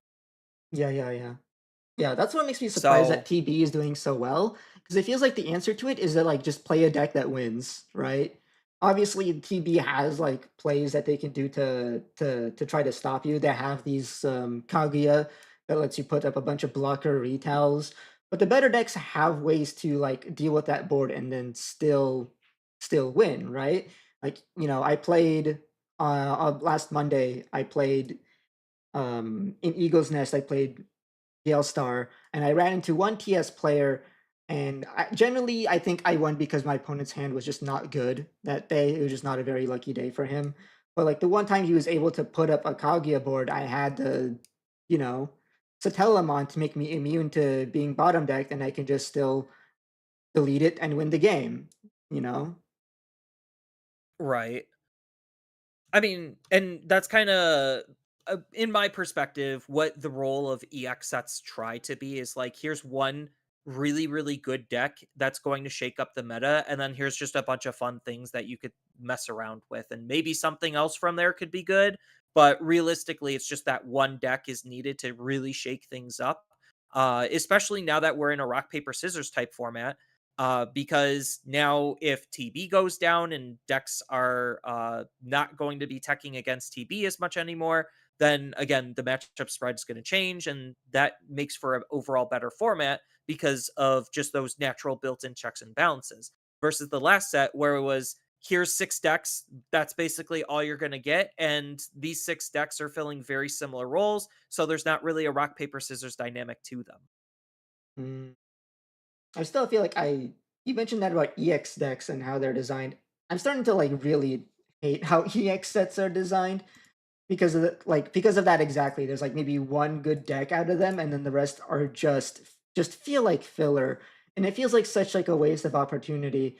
Some of these decks feel like they could have been something if they were pushed a little harder. I'm kind of sad that that VB is where it is. It feels like they needed a bit more. I feel like a lot of that just comes down to like just like the identity of EX sets in general, because they're like half size set, not exactly half, but smaller sets. It feels like all of the archetypes that they introduce on them don't get the space they need to breathe. Like even the good deck that came out of this set didn't have enough space within the EX set to get its entire archetype. It got its main player use for the cost reduced by 2 level 4 in the next main set afterwards because they couldn't fit it in the EX set. Well, so they do that because of money. To be honest, they've always done that because of money, where it's just like we will give them the bulk of the support in the set that it is dedicated to, and then just to keep players hooked, we'll give them some small crumbs here and there somewhere else. Most of the time, it's in the set directly after. Sometimes it's just random support out of left field. So I I guess we could guess. use that opportunity to talk about some of the spoilers because um I'm going to start off with saying DM support, more specifically version 3, was not anywhere on my bingo card for anything in that set. Like, why? Why Bandai? And I it's not don't know even like they're why, good but I'm cards. happy that it happened. I mean, like, Specifically a lot of for players are Giramon. happy. Well, not just for Giramon. In general, I really like DM as an archetype design. So I really wish to see it, get more support, and especially since just like a lot of with a lot of other archetypes introduced in EX sets, it feels like they only scratch the surface in the set that they introduced them with, right? Yeah. Anytime DM gets support, you'll see on Twitter people post like, okay, here's the entire chart of the Digimon in that VPET. Here's what we have, and here's what we're missing. So there's like so many other Digimon from each version of the DM that we're still missing that we could get more support from. That I can't wait to see more. And I'm just someone mentioned, oh hey, we're getting Bloom Lord in BT20. Was it BT27 or is it EX13? There was one. We're getting Bloom Lord soon, and someone mentioned, oh, it might be version 4 Bloom Lord because he was in version 4 color. And I'm like, yes, I love version 4. But it's so mid and not quite there. I can't wait to see more support for it, especially if it's even if nearly as good as what we got um in the set, the new version 3 stuff. Yeah, I just saw the version 3 stuff and the first thing that came into my mind was why. And it's like I guess the DM stuff technically got their promo that was like actually a really good card. Not going to lie, that card like actually spooked me because I didn't anticipate certain play lines because of it. Did you see So like guys? Mm-hmm. yeah, and I was just like, "Oh, oopsies." Shoulda paid more attention to that. But I don't mind the random bits of support. It just felt like just from the themes and the amount of Digimon, it was definitely something that I was not anticipating. Yeah, And yeah, yeah. I'm not sad or upset that these cards are coming. Like I think they're really good cards for the decks and it makes them happy. It makes the people who play them happy. Mhm. But the only issue, and this might just be like competitive versus casual divide, which might be like way larger than what I am anticipating. I might have to do like a study on that. Um, but it didn't really feel like these cards were like fixing the problems with DM version 3. It was just, hey, let's just try to make some brand new DM version 3 cards that are like really strong, but the rest of DM version 3 is just like really weak in comparison. So it's just like there's no Well, there's no medium or equalizer in a sense. I Like agree, but at the same time, you're thinking a little too narrow because I think you might have forgotten a certain version 3 promo that is. Because the one thing that I was talking about when I saw Giramon revealed, and I was having this conversation with Jambo, who did top with Angels in that UK regional, you know, there's a very specific version 3 that we might have to be thinking about, and his name is Millenniumon. Oh, I keep forgetting he's Yeah. version 3. Not only is he version 3, but he also assembles specifically with version 3s. Um, and if you read Giramon's Inherit, that kind of implies some really good things about Millenniumon. Yeah, when it would leave the battle area, trash the top card of the opponent's security. Oh, yeah. That's a pretty solid inherit. That's not just solid, it's fantastic. It cleans up your lethal lines with Millie so good. Because remember what Millie does, right? You assemble him, so you're gonna have Giramon underneath it, and it immediately deletes himself. So you're gonna trash your security, spit out your Chimera and Millie DNA into DNA Millie to gain back memory, swing for 2 checks, then go end of turn, delete that Millie, replay promo Millie, assemble Euro again, it deletes itself again, so it trashes another security. You play out Moon, you trash another security. Oh, hey, you have lethal. Yeah. Yeah. Okay, I see it. It definitely, for Millie, makes it more aggressively slanted, for sure. Yes. This is a fantastic new card for Millie. Is this going to be enough to bring Millie back into the forefront? I don't know. But it does make his lethal lines just that much like easier to pull off and less, um center length because you're going to need one less loop to get the lethal. So it's possible that this just brings Millie back into the competitive landscape. Yeah. I guess like the big thing is how clean is it to like the how smooth of an inclusion does this fit into the deck, and how much Mm, smoother it makes the deck run, and then what's the matchup spread. I think those two factors usually are like the big determining things if a deck is able to come back or not. yeah. That's one thing I was concerned about is whether or not like how well does it fit into the existing Millie lists. Jambo did share me a list that he was like his first draft, and it looked like you can fit it in just fine. I mean, he's your assembly level 5, so he kind of is in a similar slot as Chimera for that, other than that you still need Chimera for the DNA of your DNA Millie. But he's also a DM, and you're also in the lists that are more focused on like you're running what was his name, the Tamer Chitose, which plays Gazimons, and Giramon existing does make DM Gazimon a little bit better because then that Gazi can now have another search target, being this Giro. Yeah. So there's still some stuff going on here. My fingers are crossed that like this becomes even better if we get even more future DM support. Maybe some more version 3/5s that can go and make the Millie list even more like smooth, even more refined. Maybe Right. you get like a version 5 Deltamon at some point that brings us all together.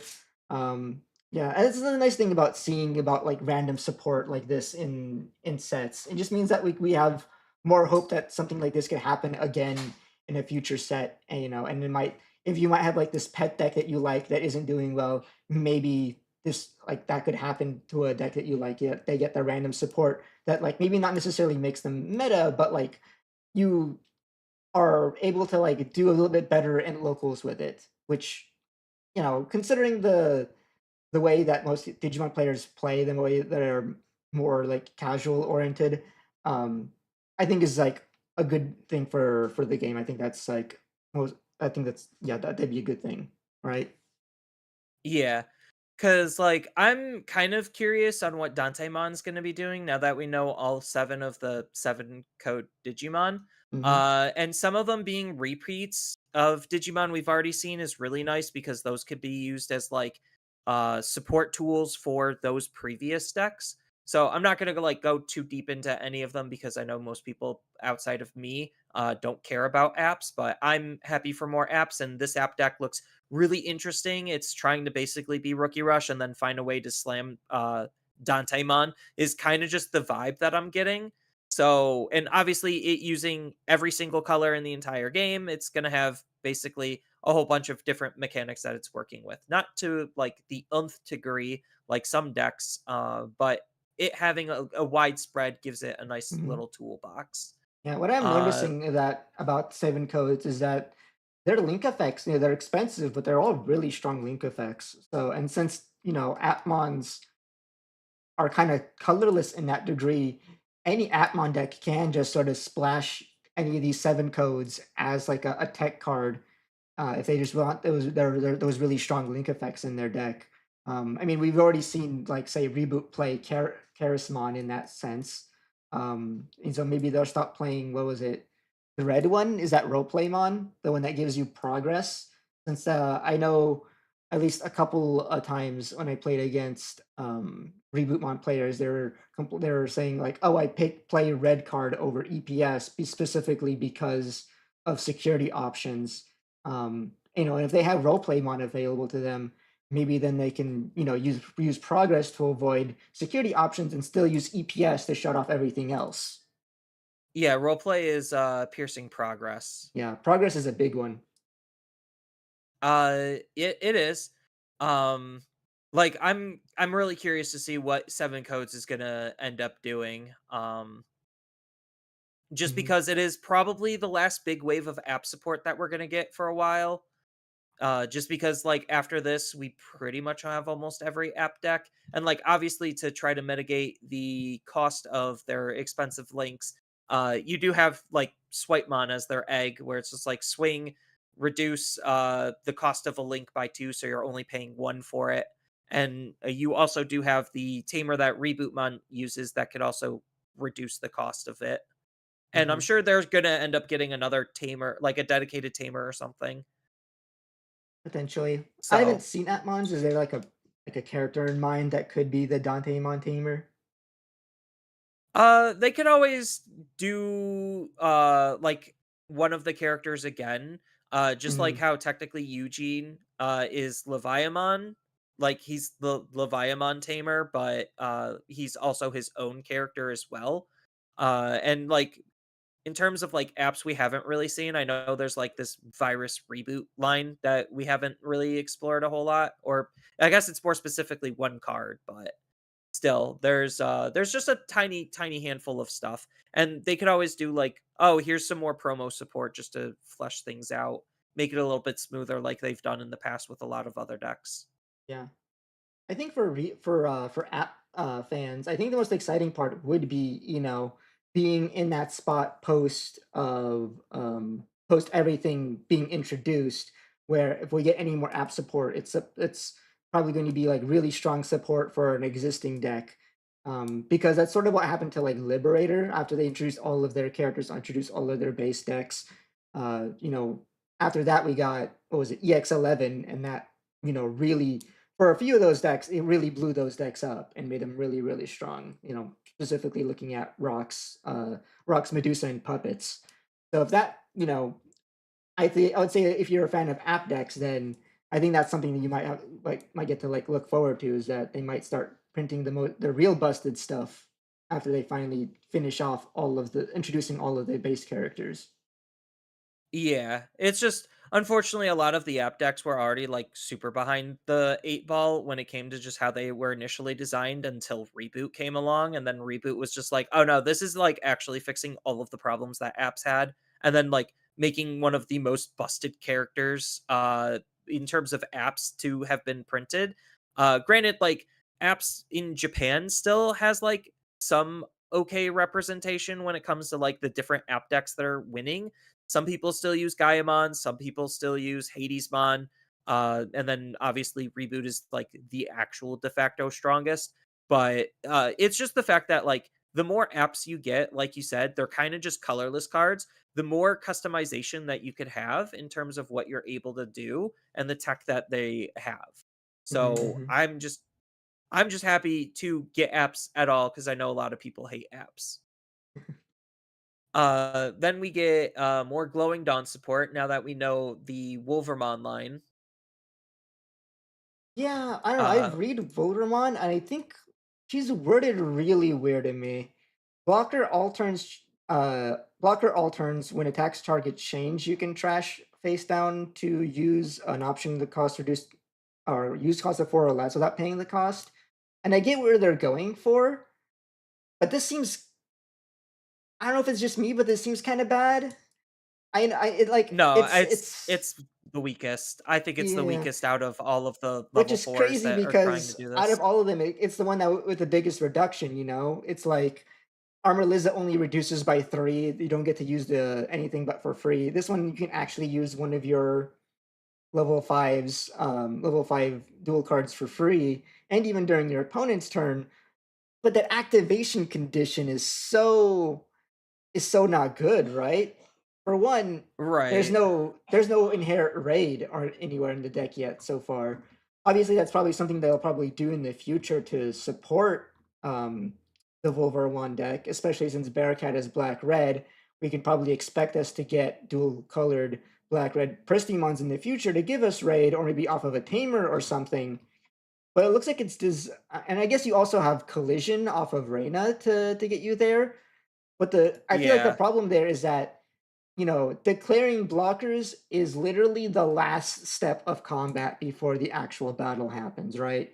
That means everything else happens first. If you're trying to use this during the opponent's turn, you know, they'll have like all the opportunity to clear it first. If you use the taunt effect, then you're likely to be able to just evolve over the Wolvermon with the Arts Digivolve, which means it's like a bit of a non-bow there unless you like try to unless you do something like establish the Wolvermon, then use penetrate blow to not Arts Evo, or maybe like have a second body out to Arts Evo over something like that. I don't know. It just yeah, just the fact that declaring blockers, they designed Wolvermon to trigger off of blocking, and blocking is the last thing to happen before battle.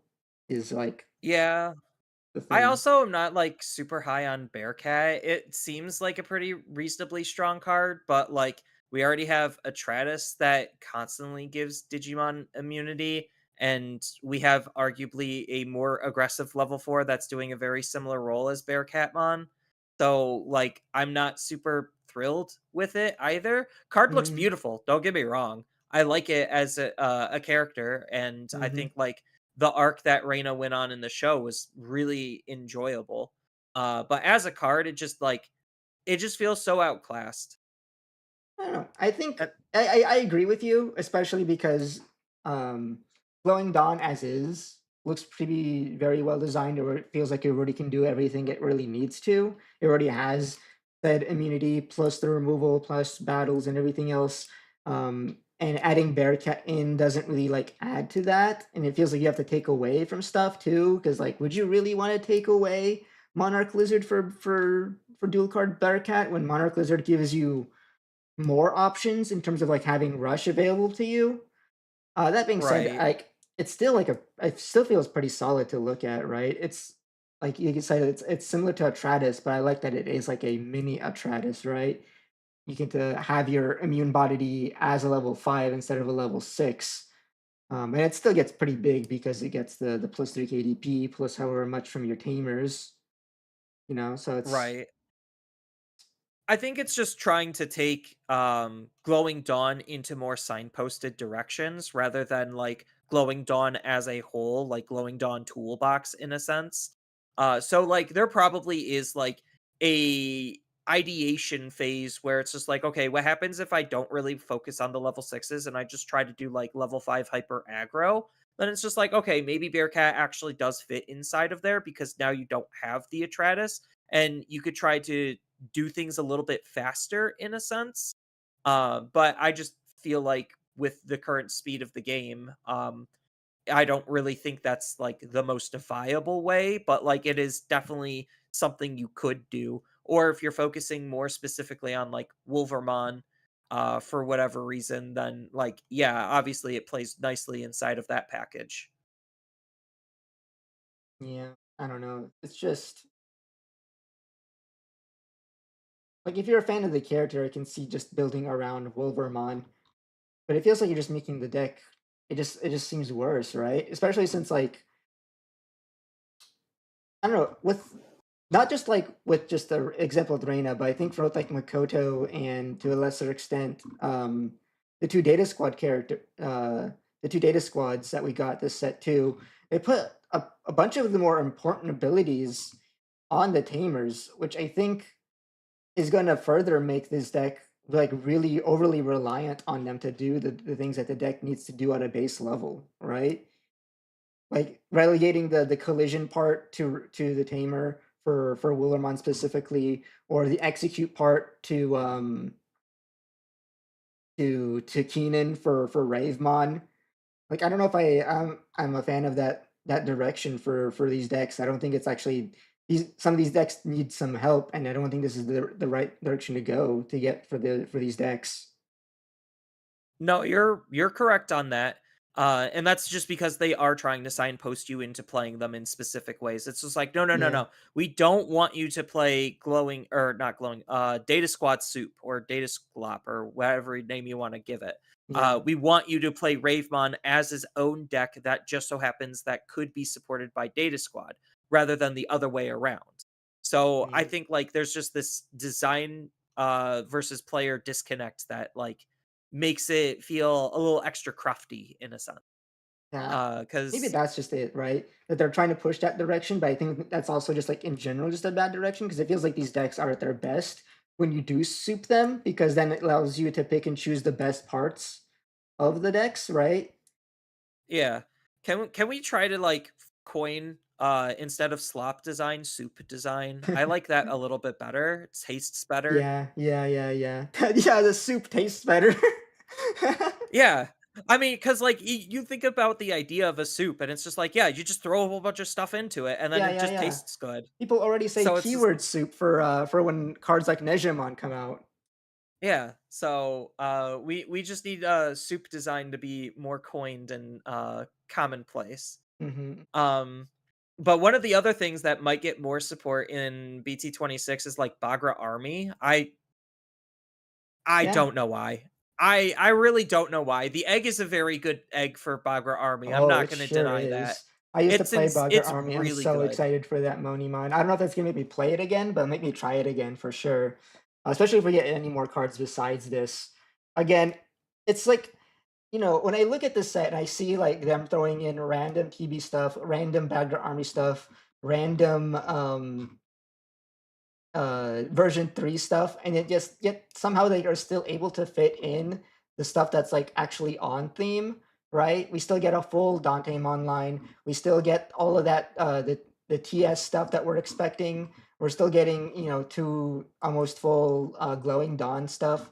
It just makes me think about how much more or how much I'm like disliking the way that they've been designing EX sets or the existence of EX sets because of the fact that they're smaller sets means we get those sets don't really have the space to do this fun stuff. I think it's fun that in the main sets that we get these like random bits and pieces of supports for other decks. It just makes these sets more exciting and more interesting and more diverse, you know? No, and like if you think about it, EX sets we don't get pre-releases for. So Hmm. it would make more sense to have those sets be more not really fluff and fillery, but like just more sporadic and random where you would want your EX or your main sets to be more concise in terms of what themes are actually going into it because then that would make those pre-released experiences even better for the way that the game is currently designed. Like honestly, the most fun I've had in pre-release ever, even though it was kind of boring because you just play anything that said TS on it,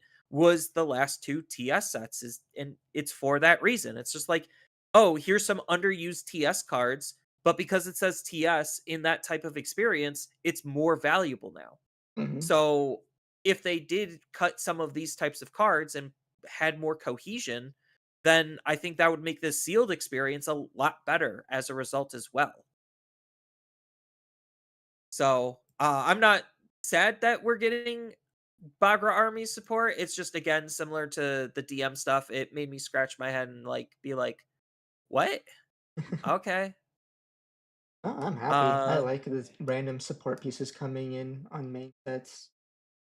yeah, and then I guess we could probably just talk about to wrap up the spoiler section, the Shimbala cards, because oh boy, some of these Shimbala cards are we thought what we were playing with was crazy. Shimbala's gonna get really, really good next set.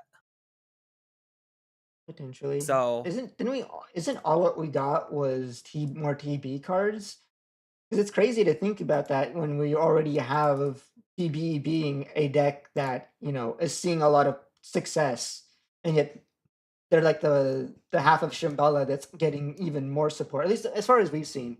I'm surprised they haven't shown off any new SW cards so far, besides I guess Kunlun um being for everybody. yeah, we really haven't seen any other. I'm looking through it and it's just like, no, they're all TB. So you Mhm. are correct. It is so far just Kunlun being the only SW. But it's also a Time Stranger card too, so it just Yeah. works in everything. Um but Kunlun, is this going to replace the analog youth of the deck? Because really, that's like the tightest. Like TB feels very tight Yeah. already, just because every card feels impactful and relevant. So, like, is Kunlun really going to replace the analog youth that we're already using to make the deck as fast as possible? There's a lot of things I'm like concerned about in terms of Kunlun. Because his effect does read pretty strong. Start of your main phase, gain one memory, and unconditional too. Pretty nice. It's a very similar to Homros in that sense.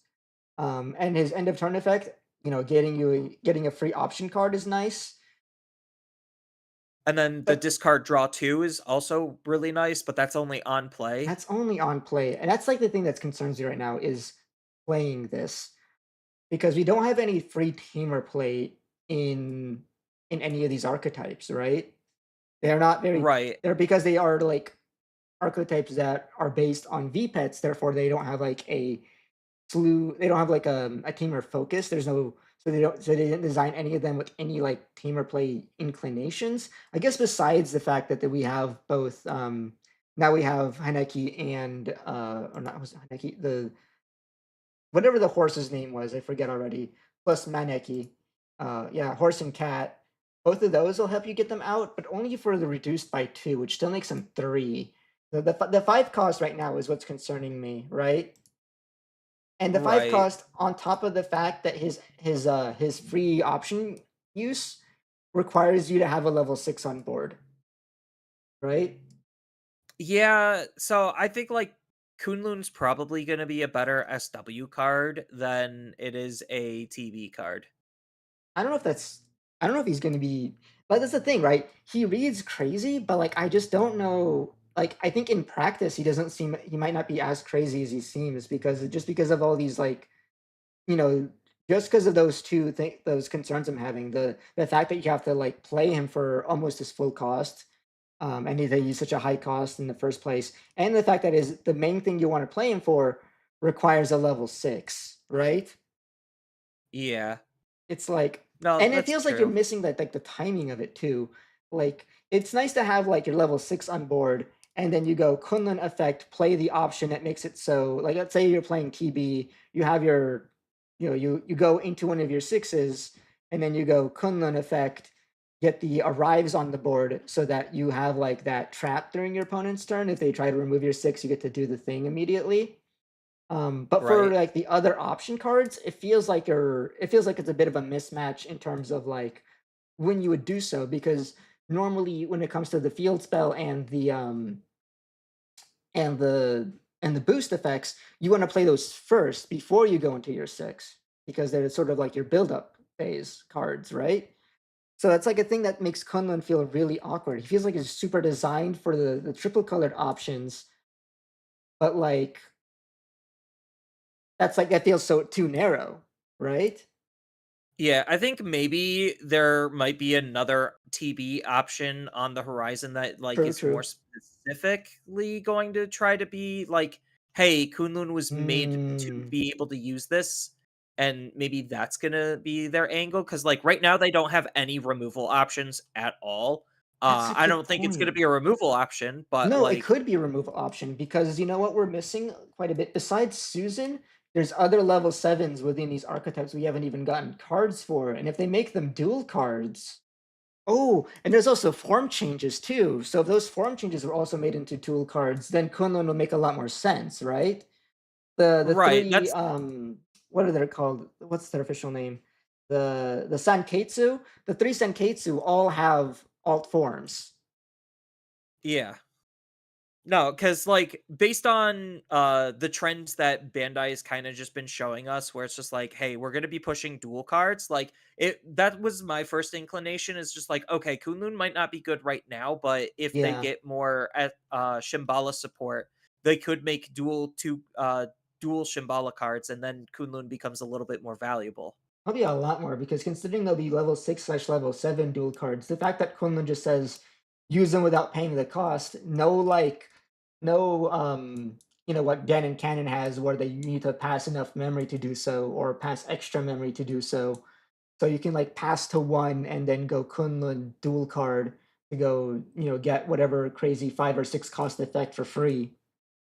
Right, and it also doesn't have the downside of Homeros, where it's just like, oh, if my opponent put me at X amount of memory, I'm going to be forced to suspend myself. Therefore, I can't get the ability I actually want. Hmm. So it's just unapologetically free as long as he could suspend himself, and you have basically a level 6 on the field. Yeah, I guess it makes them like make a lot more sense. Yeah. Makes me wonder if maybe Yeah, we'll see them soon, whether it's going to be Shakamon as maybe a dual card, if maybe if Yamamon really will be a level 7. Maybe if we'll see there's some other questionable ones too. I know Ariamon is in the TBV pet, but she's in that TBV pet as like a normal level 6. So are we going to see a level 6 variant of Ariamon, or are they going to make her level 7 again, even though she's a 6 in Omega inside the V pet? yeah, but Hmm. I think like it's all really interesting. There's still a lot of room for them to do a whole bunch of different stuff with Shambhala, just because like it is just barely explored, and if they want to continue to support it, there's multiple different avenues that they have. Right now they are just kind of focused on Time Stranger and wrapping that up, which is probably why they decided to do Shambhala as an EX set, is because they're just like, okay, we don't want to dedicate a whole set to Shambhala, because Shambhala right now is just the side thing to Time Stranger. Because looking at like uh, Musayamon and Zenbamon, even though they are TB traded cards, they're also TS traded cards. So they do have that like dual purpose, and I think like they're both very good cards for either decks. Granted, you're most likely not going to be playing like a low rarity Time Stranger deck, so this is more of a TB type of a card, considering it does pretty much everything that TB wants, and it's also taking a more aggressive slant. Whether they're going to be using it or not is to be determined. I don't know, but it is a very strong card for them to think. I'm reading Zanbaman again. I was been, realize I've been saying this whole time there's no way to free play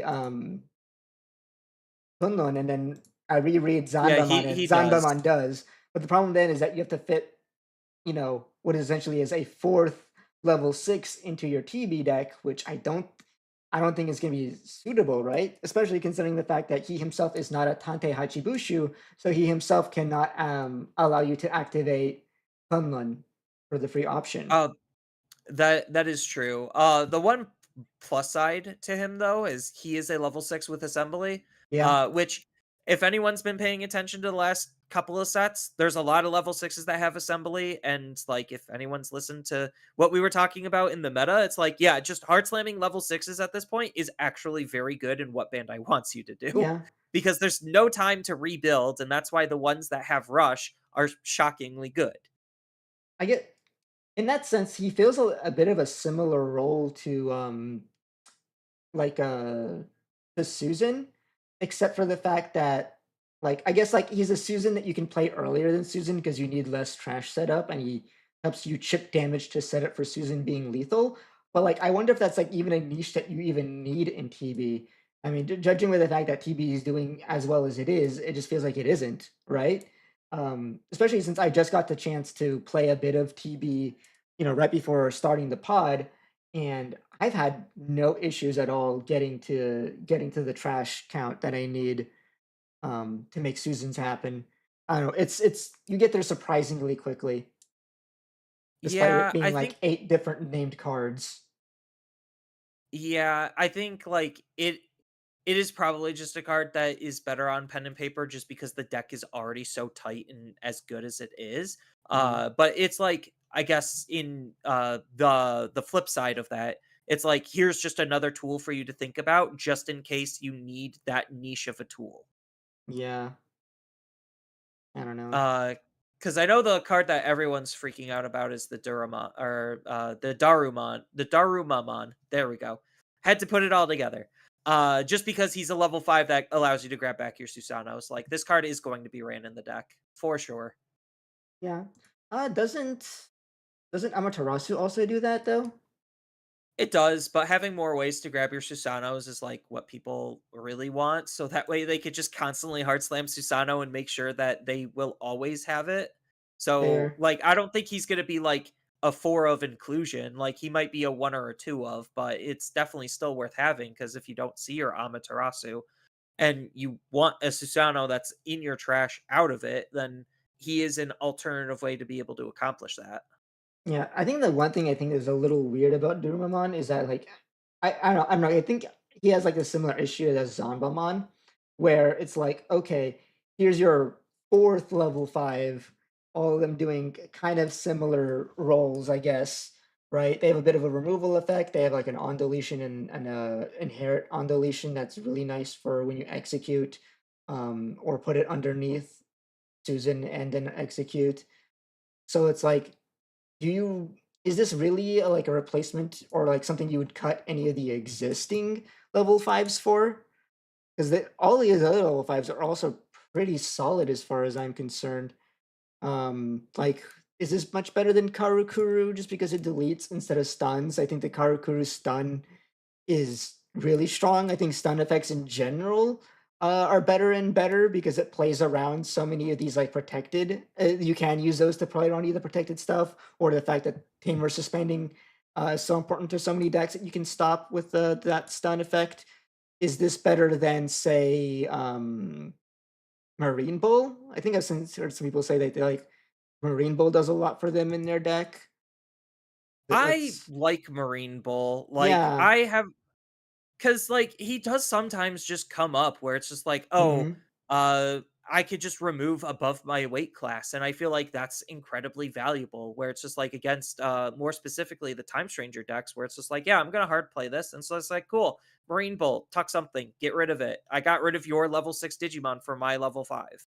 Yeah. I Like, to mean, me, that's valuable. yeah, and would you really run Darumamon over Shishima either when Shishima has that crazy, cost reduction effect as well?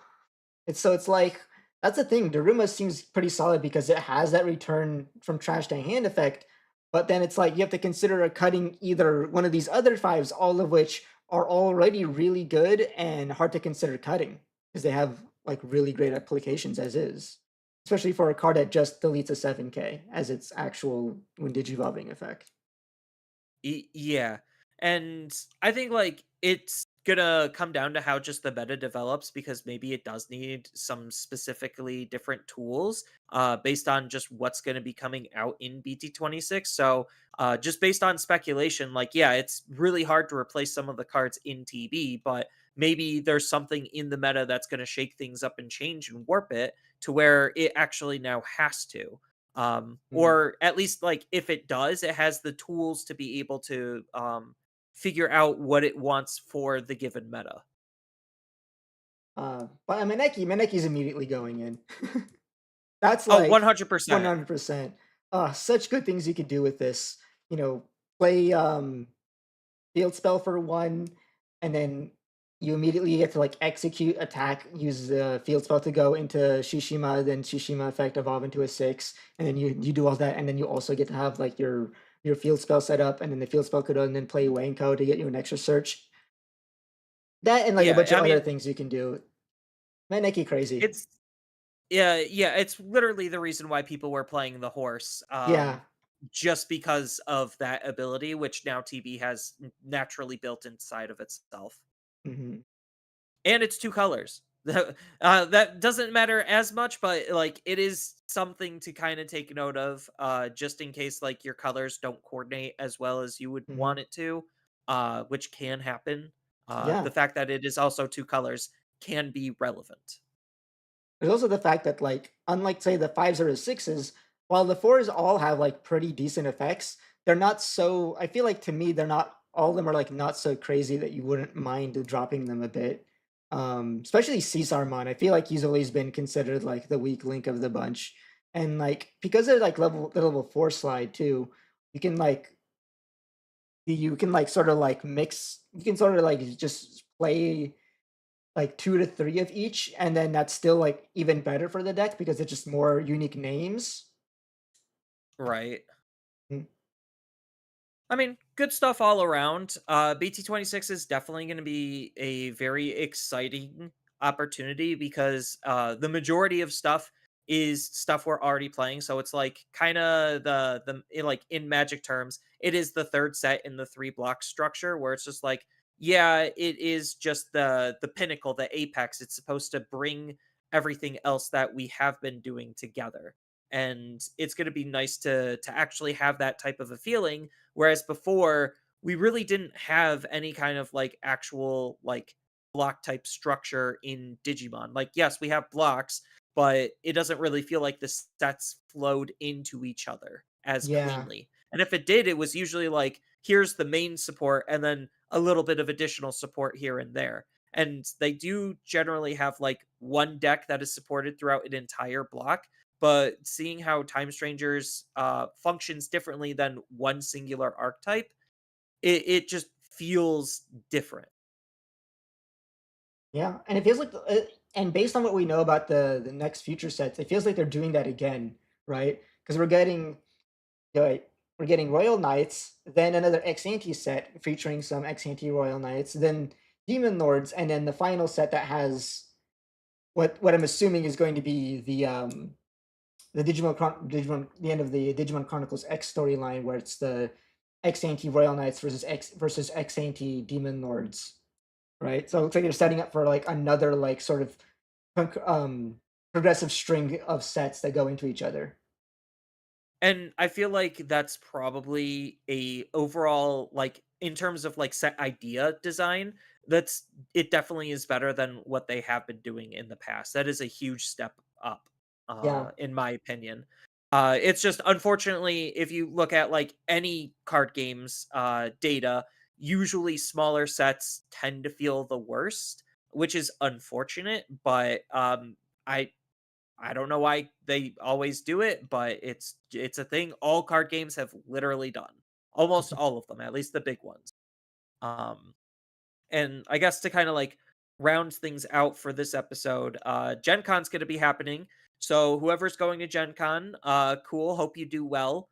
Hope you have a lot of fun. But we got 2 new card games coming out, borderline almost at the exact same time, or at least like news.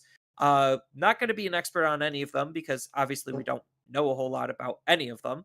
But Naruto is Bandai's next big card game, and then we also have Pal World from Bushy Road, which Bushy Road feels like it's more of like publisher type territory rather than designer, because I know they're not designing the game, just like what they were doing with Shadowverse.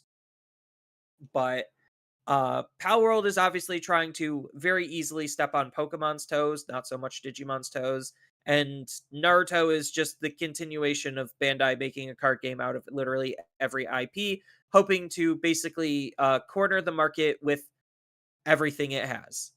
Um, so this will probably bring into the discussion of just like, oh, well, what's going to happen to the Digimon card game now that there's 2 new card games coming onto the market? And short answer, probably not a lot. Like, we might lose some players, but that's just because, like, I don't know, they just wanted something different, and yeah, yeah, Digimon yeah, was nice, and they still might like it, but at the end of the day, they were just looking for some other card game, yeah. and it's easier to hop into newer ones than it is to jump into older ones because of all of the catch up work.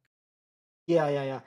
We had a bit of this discussion before the pod started, but I'm just gonna say what I said that again.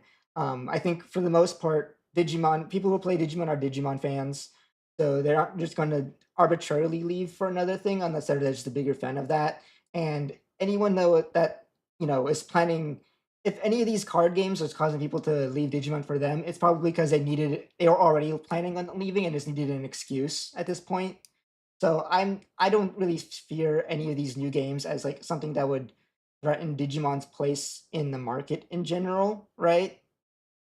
Right, and nothing still plays like Digimon outside of Chrono Clash, and even Chrono Clash doesn't really play like Digimon because it operates Mm, under completely different mechanics on how it works, if you could decipher its hieroglyphics. yeah. Um, I will so I feel say like that like I'm not interested in playing Naruto at all, but from what we've seen, it looks like at least it plays a little bit differently than the existing Bandai card games, which is at least a little bit refreshing that they're going back to like a game that's like life, um, life points type of objective. yeah, I mean, it's still a leader-based game, and Mm, it's still like it almost feels like it's if One Piece met Gundam. Like it just feels like that. I don't know what that's gonna entail at the end of the day, but based on like the different card types and how cards looked, that's kind of just the vibe I got. It's really hard to feel excited about vanilla cards, but I mean, obviously, if you look at Gundam, vanilla cards being like arguably some of the best because of their stat line. Um, yeah, like well, the thing is it's that just we don't even know it's what the weird. vanilla, because I think they're doing the thing where they're hiding the card text for now. 'Cause They could be. I think that's what I see on a number of these reveals. Is like, yeah, this is not final. The card text isn't being shown. Yeah, I just thought that they were all vanillas because like in at the beginning of every card game, they always just have a massive amount of vanilla cards just to kind of like give the Mm, vibe or the context of like how the game wants you to play. And vanilla cards are good for like indicating stat lines where it's just like, okay, this card loses this type of a stat because it has this type of ability. So it allows players to understand like the power curve a little bit better. yeah. But at the same time, it's like a number of the cards that we've seen are things like the manga rares, and they're also like missing a text. And I doubt cards like that would be textless. Would be vanillas. Right. It does feel like they are taking a little bit of the Chrono Clash inspiration with the EX cards, although the EX cards this Mm, time around aren't like ginormous cards pulled from an EX deck, or at least as of right now, I'm assuming they're not. And it just feels like they're just like, oh, here's just an alternative summoning condition to play a really strong card, which is kind of what EX cards in Chrono Clash were. Um, but it's gonna be interesting. yeah. Am I gonna play it? Probably not.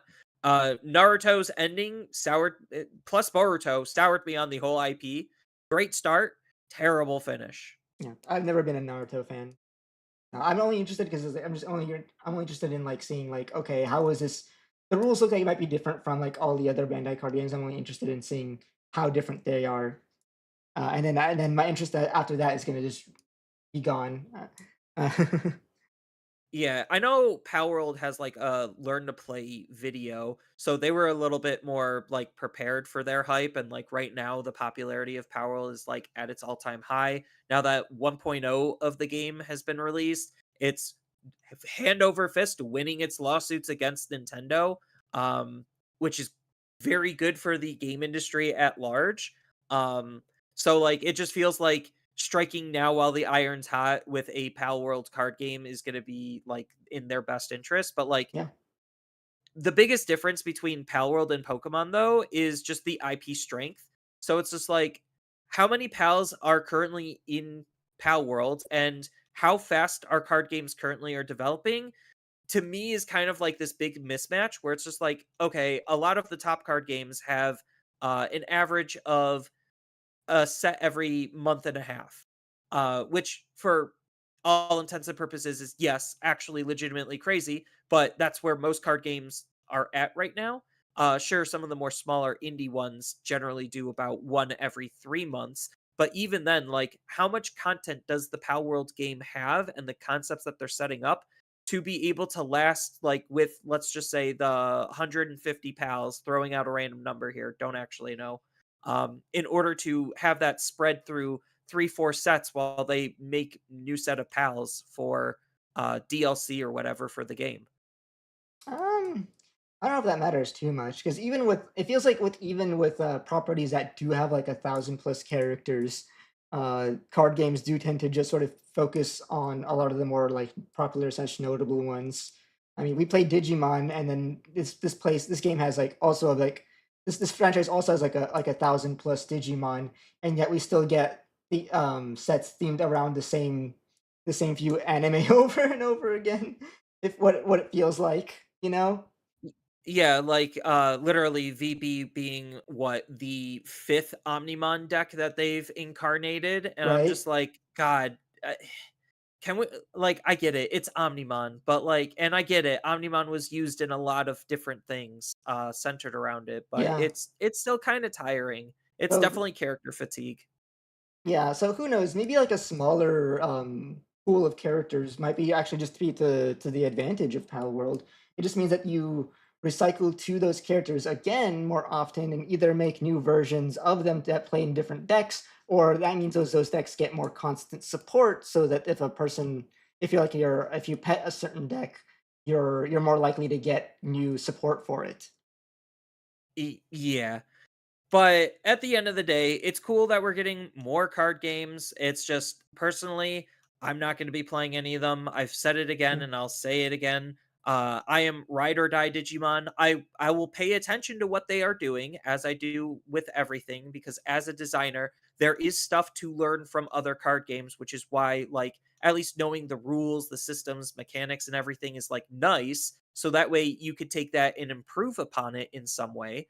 But in terms of like me playing any of that, probably not.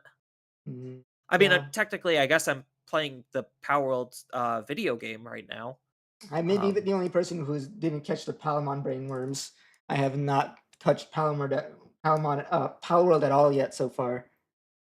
I'm not a survival guy, so like if anyone asked me to play Ark, I would laugh in the well, I wouldn't laugh in their face. That's rude. I would just be like, that game's really not for me. And like the whole survival aspect turned me off. And then I actually started playing Power World. I'm like, oh, this is really not that big of a deal compared to a lot of other like survival games that I've attempted to play because of other people. Um, so, and like the adventure itself feels pretty good when you're actually going on an adventure instead of just spending hours base building. Um, but like it's a very meaty game that gives you a lot of different things to do. So, like I kind of am enjoying it more than I have Pokemon in the past 10 years. Just because the adventure part really speaks to me and it does feel very good. It's got a nice progression path for you to follow. I think maybe the progression happens a little too fast at times, but that's neither here nor there. You can control the pace of the game is like the cool part. So, but yeah, Mhm. uh, more interesting TCG stuff that's going to be on the horizon. I don't know what else is going to happen at Gen Con. I know there's like some Gen Con prizing. Usually, the more exciting thing to me is post Gen Con. Is usually when we're getting our next ban and restriction list, which is Oh. going to be very weird because of just the rapid power cycling between decks that's been happening. So like I can't even predict accurately what even would be remotely a problem, because as we've seen in like this last year, so to speak, Mhm. what is a problem for like literally a format is a non-issue a month later. So it's just like, I don't know. Oh, there's always just like, the stuff that's like inherently like a potentially a problem like at all times. It's like we had this issue before where there's cards that are like very archetype specific that you don't always have to necessarily consider limiting because it's like a card that could um you know basically leave the meta in the month. But then there are cards that like the example that always comes up is like Nyaramon there or like Blinding Red or whatever. You can hit the decks that they get played in, but then as long as that card still exists, it'll get played into something else because it's a inherently unfair card. So if anything's gonna get hit, IMO, it would be Nyaro because that's like the big outlier there. Despite the fact that Angels isn't like a super like giga dominating deck or anything, I just think that the card itself represents like a bit of a design issue. No, 100%. And I feel like that's where Bandai's current stance is because that's kind of just what they told us last ban and restriction list Mhm. was not only just play new cards and stop playing the old cards because believe me, this new Cerberus Mon stuff, it's whatever. Like it's good, but it's not like those it cards impacted the banning of Cerberus X in a nutshell. Yeah, I wouldn't say so. But yeah, but the idea is more along the lines of like Myotismon, where it's just like, hey, this does present a design issue because of how powerful the game is. It's that much easier to play out level sixes for free, and one that rewards you for doing X amount with Y result can be very game breaking in a sense. Granted, Mhm. they make other really silly cards that break the game in different ways, but when it is more archetype specific, it does give them an easier opportunity to actually spot like the problems and fix them within the deck itself. And even in the meta also, it's just it is just easier from a designer perspective. So, I think if anything is going to get hit it is going to be more of those hyper generic cards rather than Yep. anything archetype specific. Yep, yep. So Nyaro, maybe Pada if we're lucky. But I can't think like does anything else come to mind that actually feels generic enough? It feels like the Nyaro is always the example because it's like the one that is the one that like gets the most attention. But surely maybe there's something else that we can think of. I mean, maybe god, I was gonna say something else, and I'm just like, no, that's irrelevant anymore. It doesn't matter, and I'm just like, ugh, I don't know. It might be something from an archetype that is being used more broadly. That would be like the only other instance I could think of is just like, okay, this card is reaching outside of what we intended, therefore it is causing more problems than what we initially thought. You're Because it's hard to like with the generic cards, like that's kind of just what they were made for. They were just made to be broken in a sense. Um, but like at the end of the day, the things that Bandai more specifically is like trying to problem fix is memory management and how fast yeah. and easy it is to manipulate that. It's always So stuff that just anything generates memory, right? I mean, you see it in like Mallow and Dober X getting hit, and it in the conversation for Nyaro. It's always just rampant memory generation. Yeah, because like at this point, it is just common card design. Not only just in Digimon, but other card games too, where you just have one overly powerful card that's doing pretty much everything under the sun in of itself that needs like barely any setup. Like that is just the unfortunate byproduct of where games and power creep leads to. So I don't think that's going away. But in terms of like just enablers that just do things that they really shouldn't be doing anymore, like that's probably where Bandai would be looking is just like, okay, how are people using things we don't want them to use in the way that they're using it? But like I said, with everything being archetype locked and all of the good decks right now being pretty much brand spanking new for the most part, I highly doubt anything outside of Nyaramon right now is like on Bandai's radar. Yeah, I mean, it could be on their radar. They're just not going to do anything about it. yeah. I was like scrolling through the other like top index to try to find other examples, and my mind came to Hurricane Screwshot because we were talking about cards that represent rampant memory generation, and while it is in a lot of ways archetype specific, the effect for it to gain memory is just like whenever effects trash this card from Digivolution cards. So while technically that's only really specific to Three Musketeers, you know, if any other deck out there like generically can add cards to its sources that could they could potentially and generically also trash them from their sources. They could theoretically re-abuse Hurricane Screw Shot. I mean, that's like a crazy theoretical deck that might not ever exist, but like it still theoretically could at the same time. Right, because it goes to the argument of just like speed versus damage are literally the two big issues with the game. Where it's just like things are moving too fast and abusing too much memory, which lets you do too many things. Um, but then there's also too much damage that are ending games quickly, but half the time those are enabled because of the rapid amount of memory gain. Yeah. I'm also So it's wondering like like slow if down on the memory gain yeah, I and wonder slows down the rest of it. Yeah, I wonder if like if you combine the fact that Hurricane Screwshot is like rapid memory gain, plus the fact that pretty much is a deck that people complained a lot about at one point because of how much it topped, that might actually end up making Hurricane Screwshot like a target for the list in like the near future. If say for example the list really is just happening right after Gen Con and is just like right around the corner like that. Right, but Hurricane Screwshot to me kinda just feels very similar to the Tumblemon egg that, a Yeah. lot of people hated in Rocks and Minerals, but, like, now we're at a point where Rocks and Minerals isn't a problem, so is Tumblemon a problem. Same thing with, the level 5 for Medusa.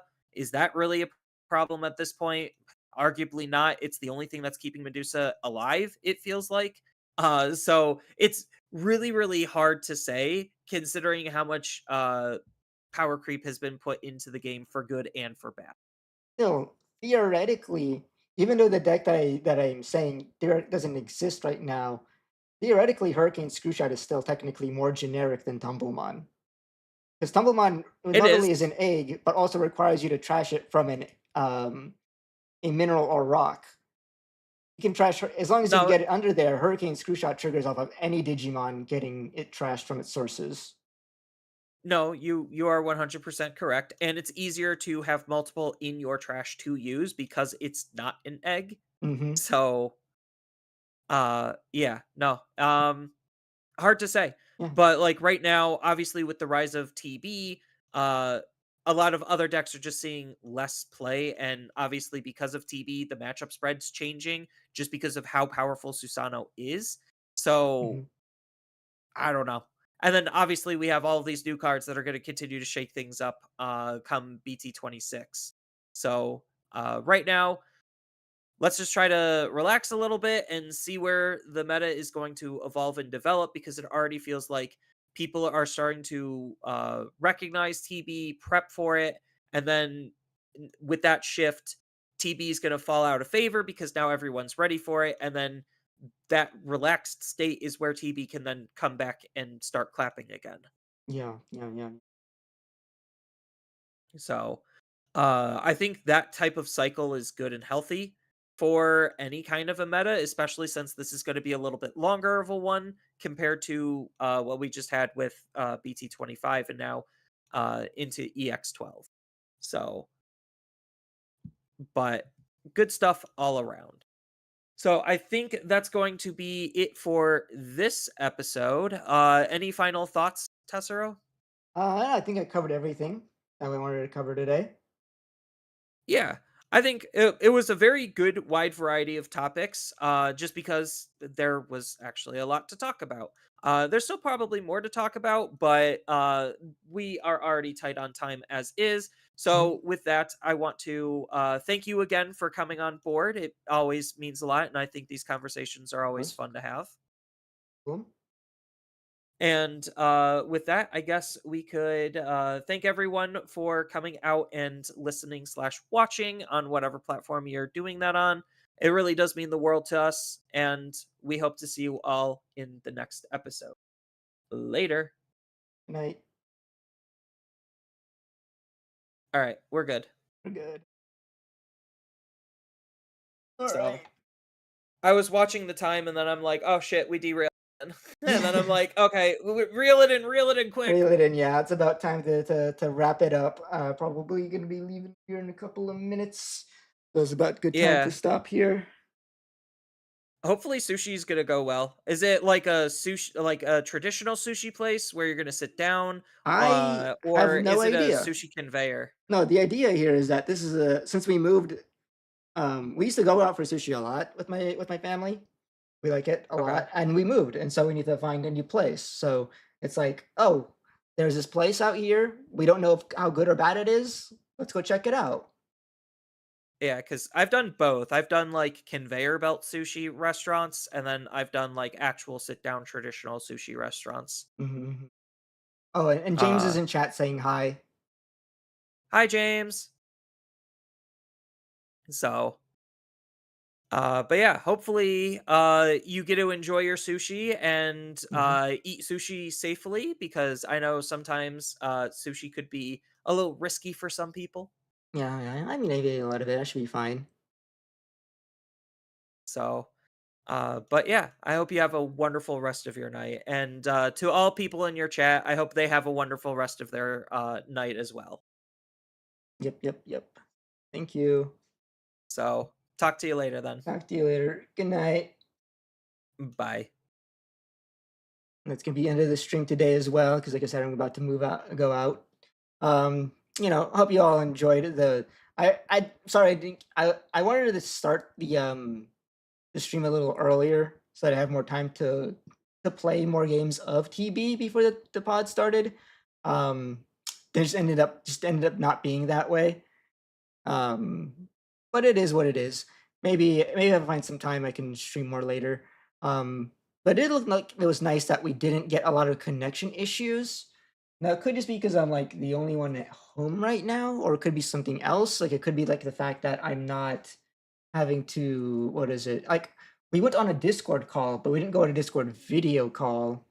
So I wonder if maybe that was the thing. Um, but yeah, it's something I'll investigate more later. Maybe it just might come down to like I can't do streams of like webcam tournaments anymore if they keep causing problems like this. But I wouldn't mind doing more DCGO streams in exchange. As long as y'all uh, you know, would like to come down and watch, of course. Yeah, but that'll be the end of for today's stream. Hope y'all enjoyed it, and hoping to see you guys again on the next one, whenever that is, because I'm not super consistent streamer or anything like that. Yeah. Good night, everyone. Bye bye.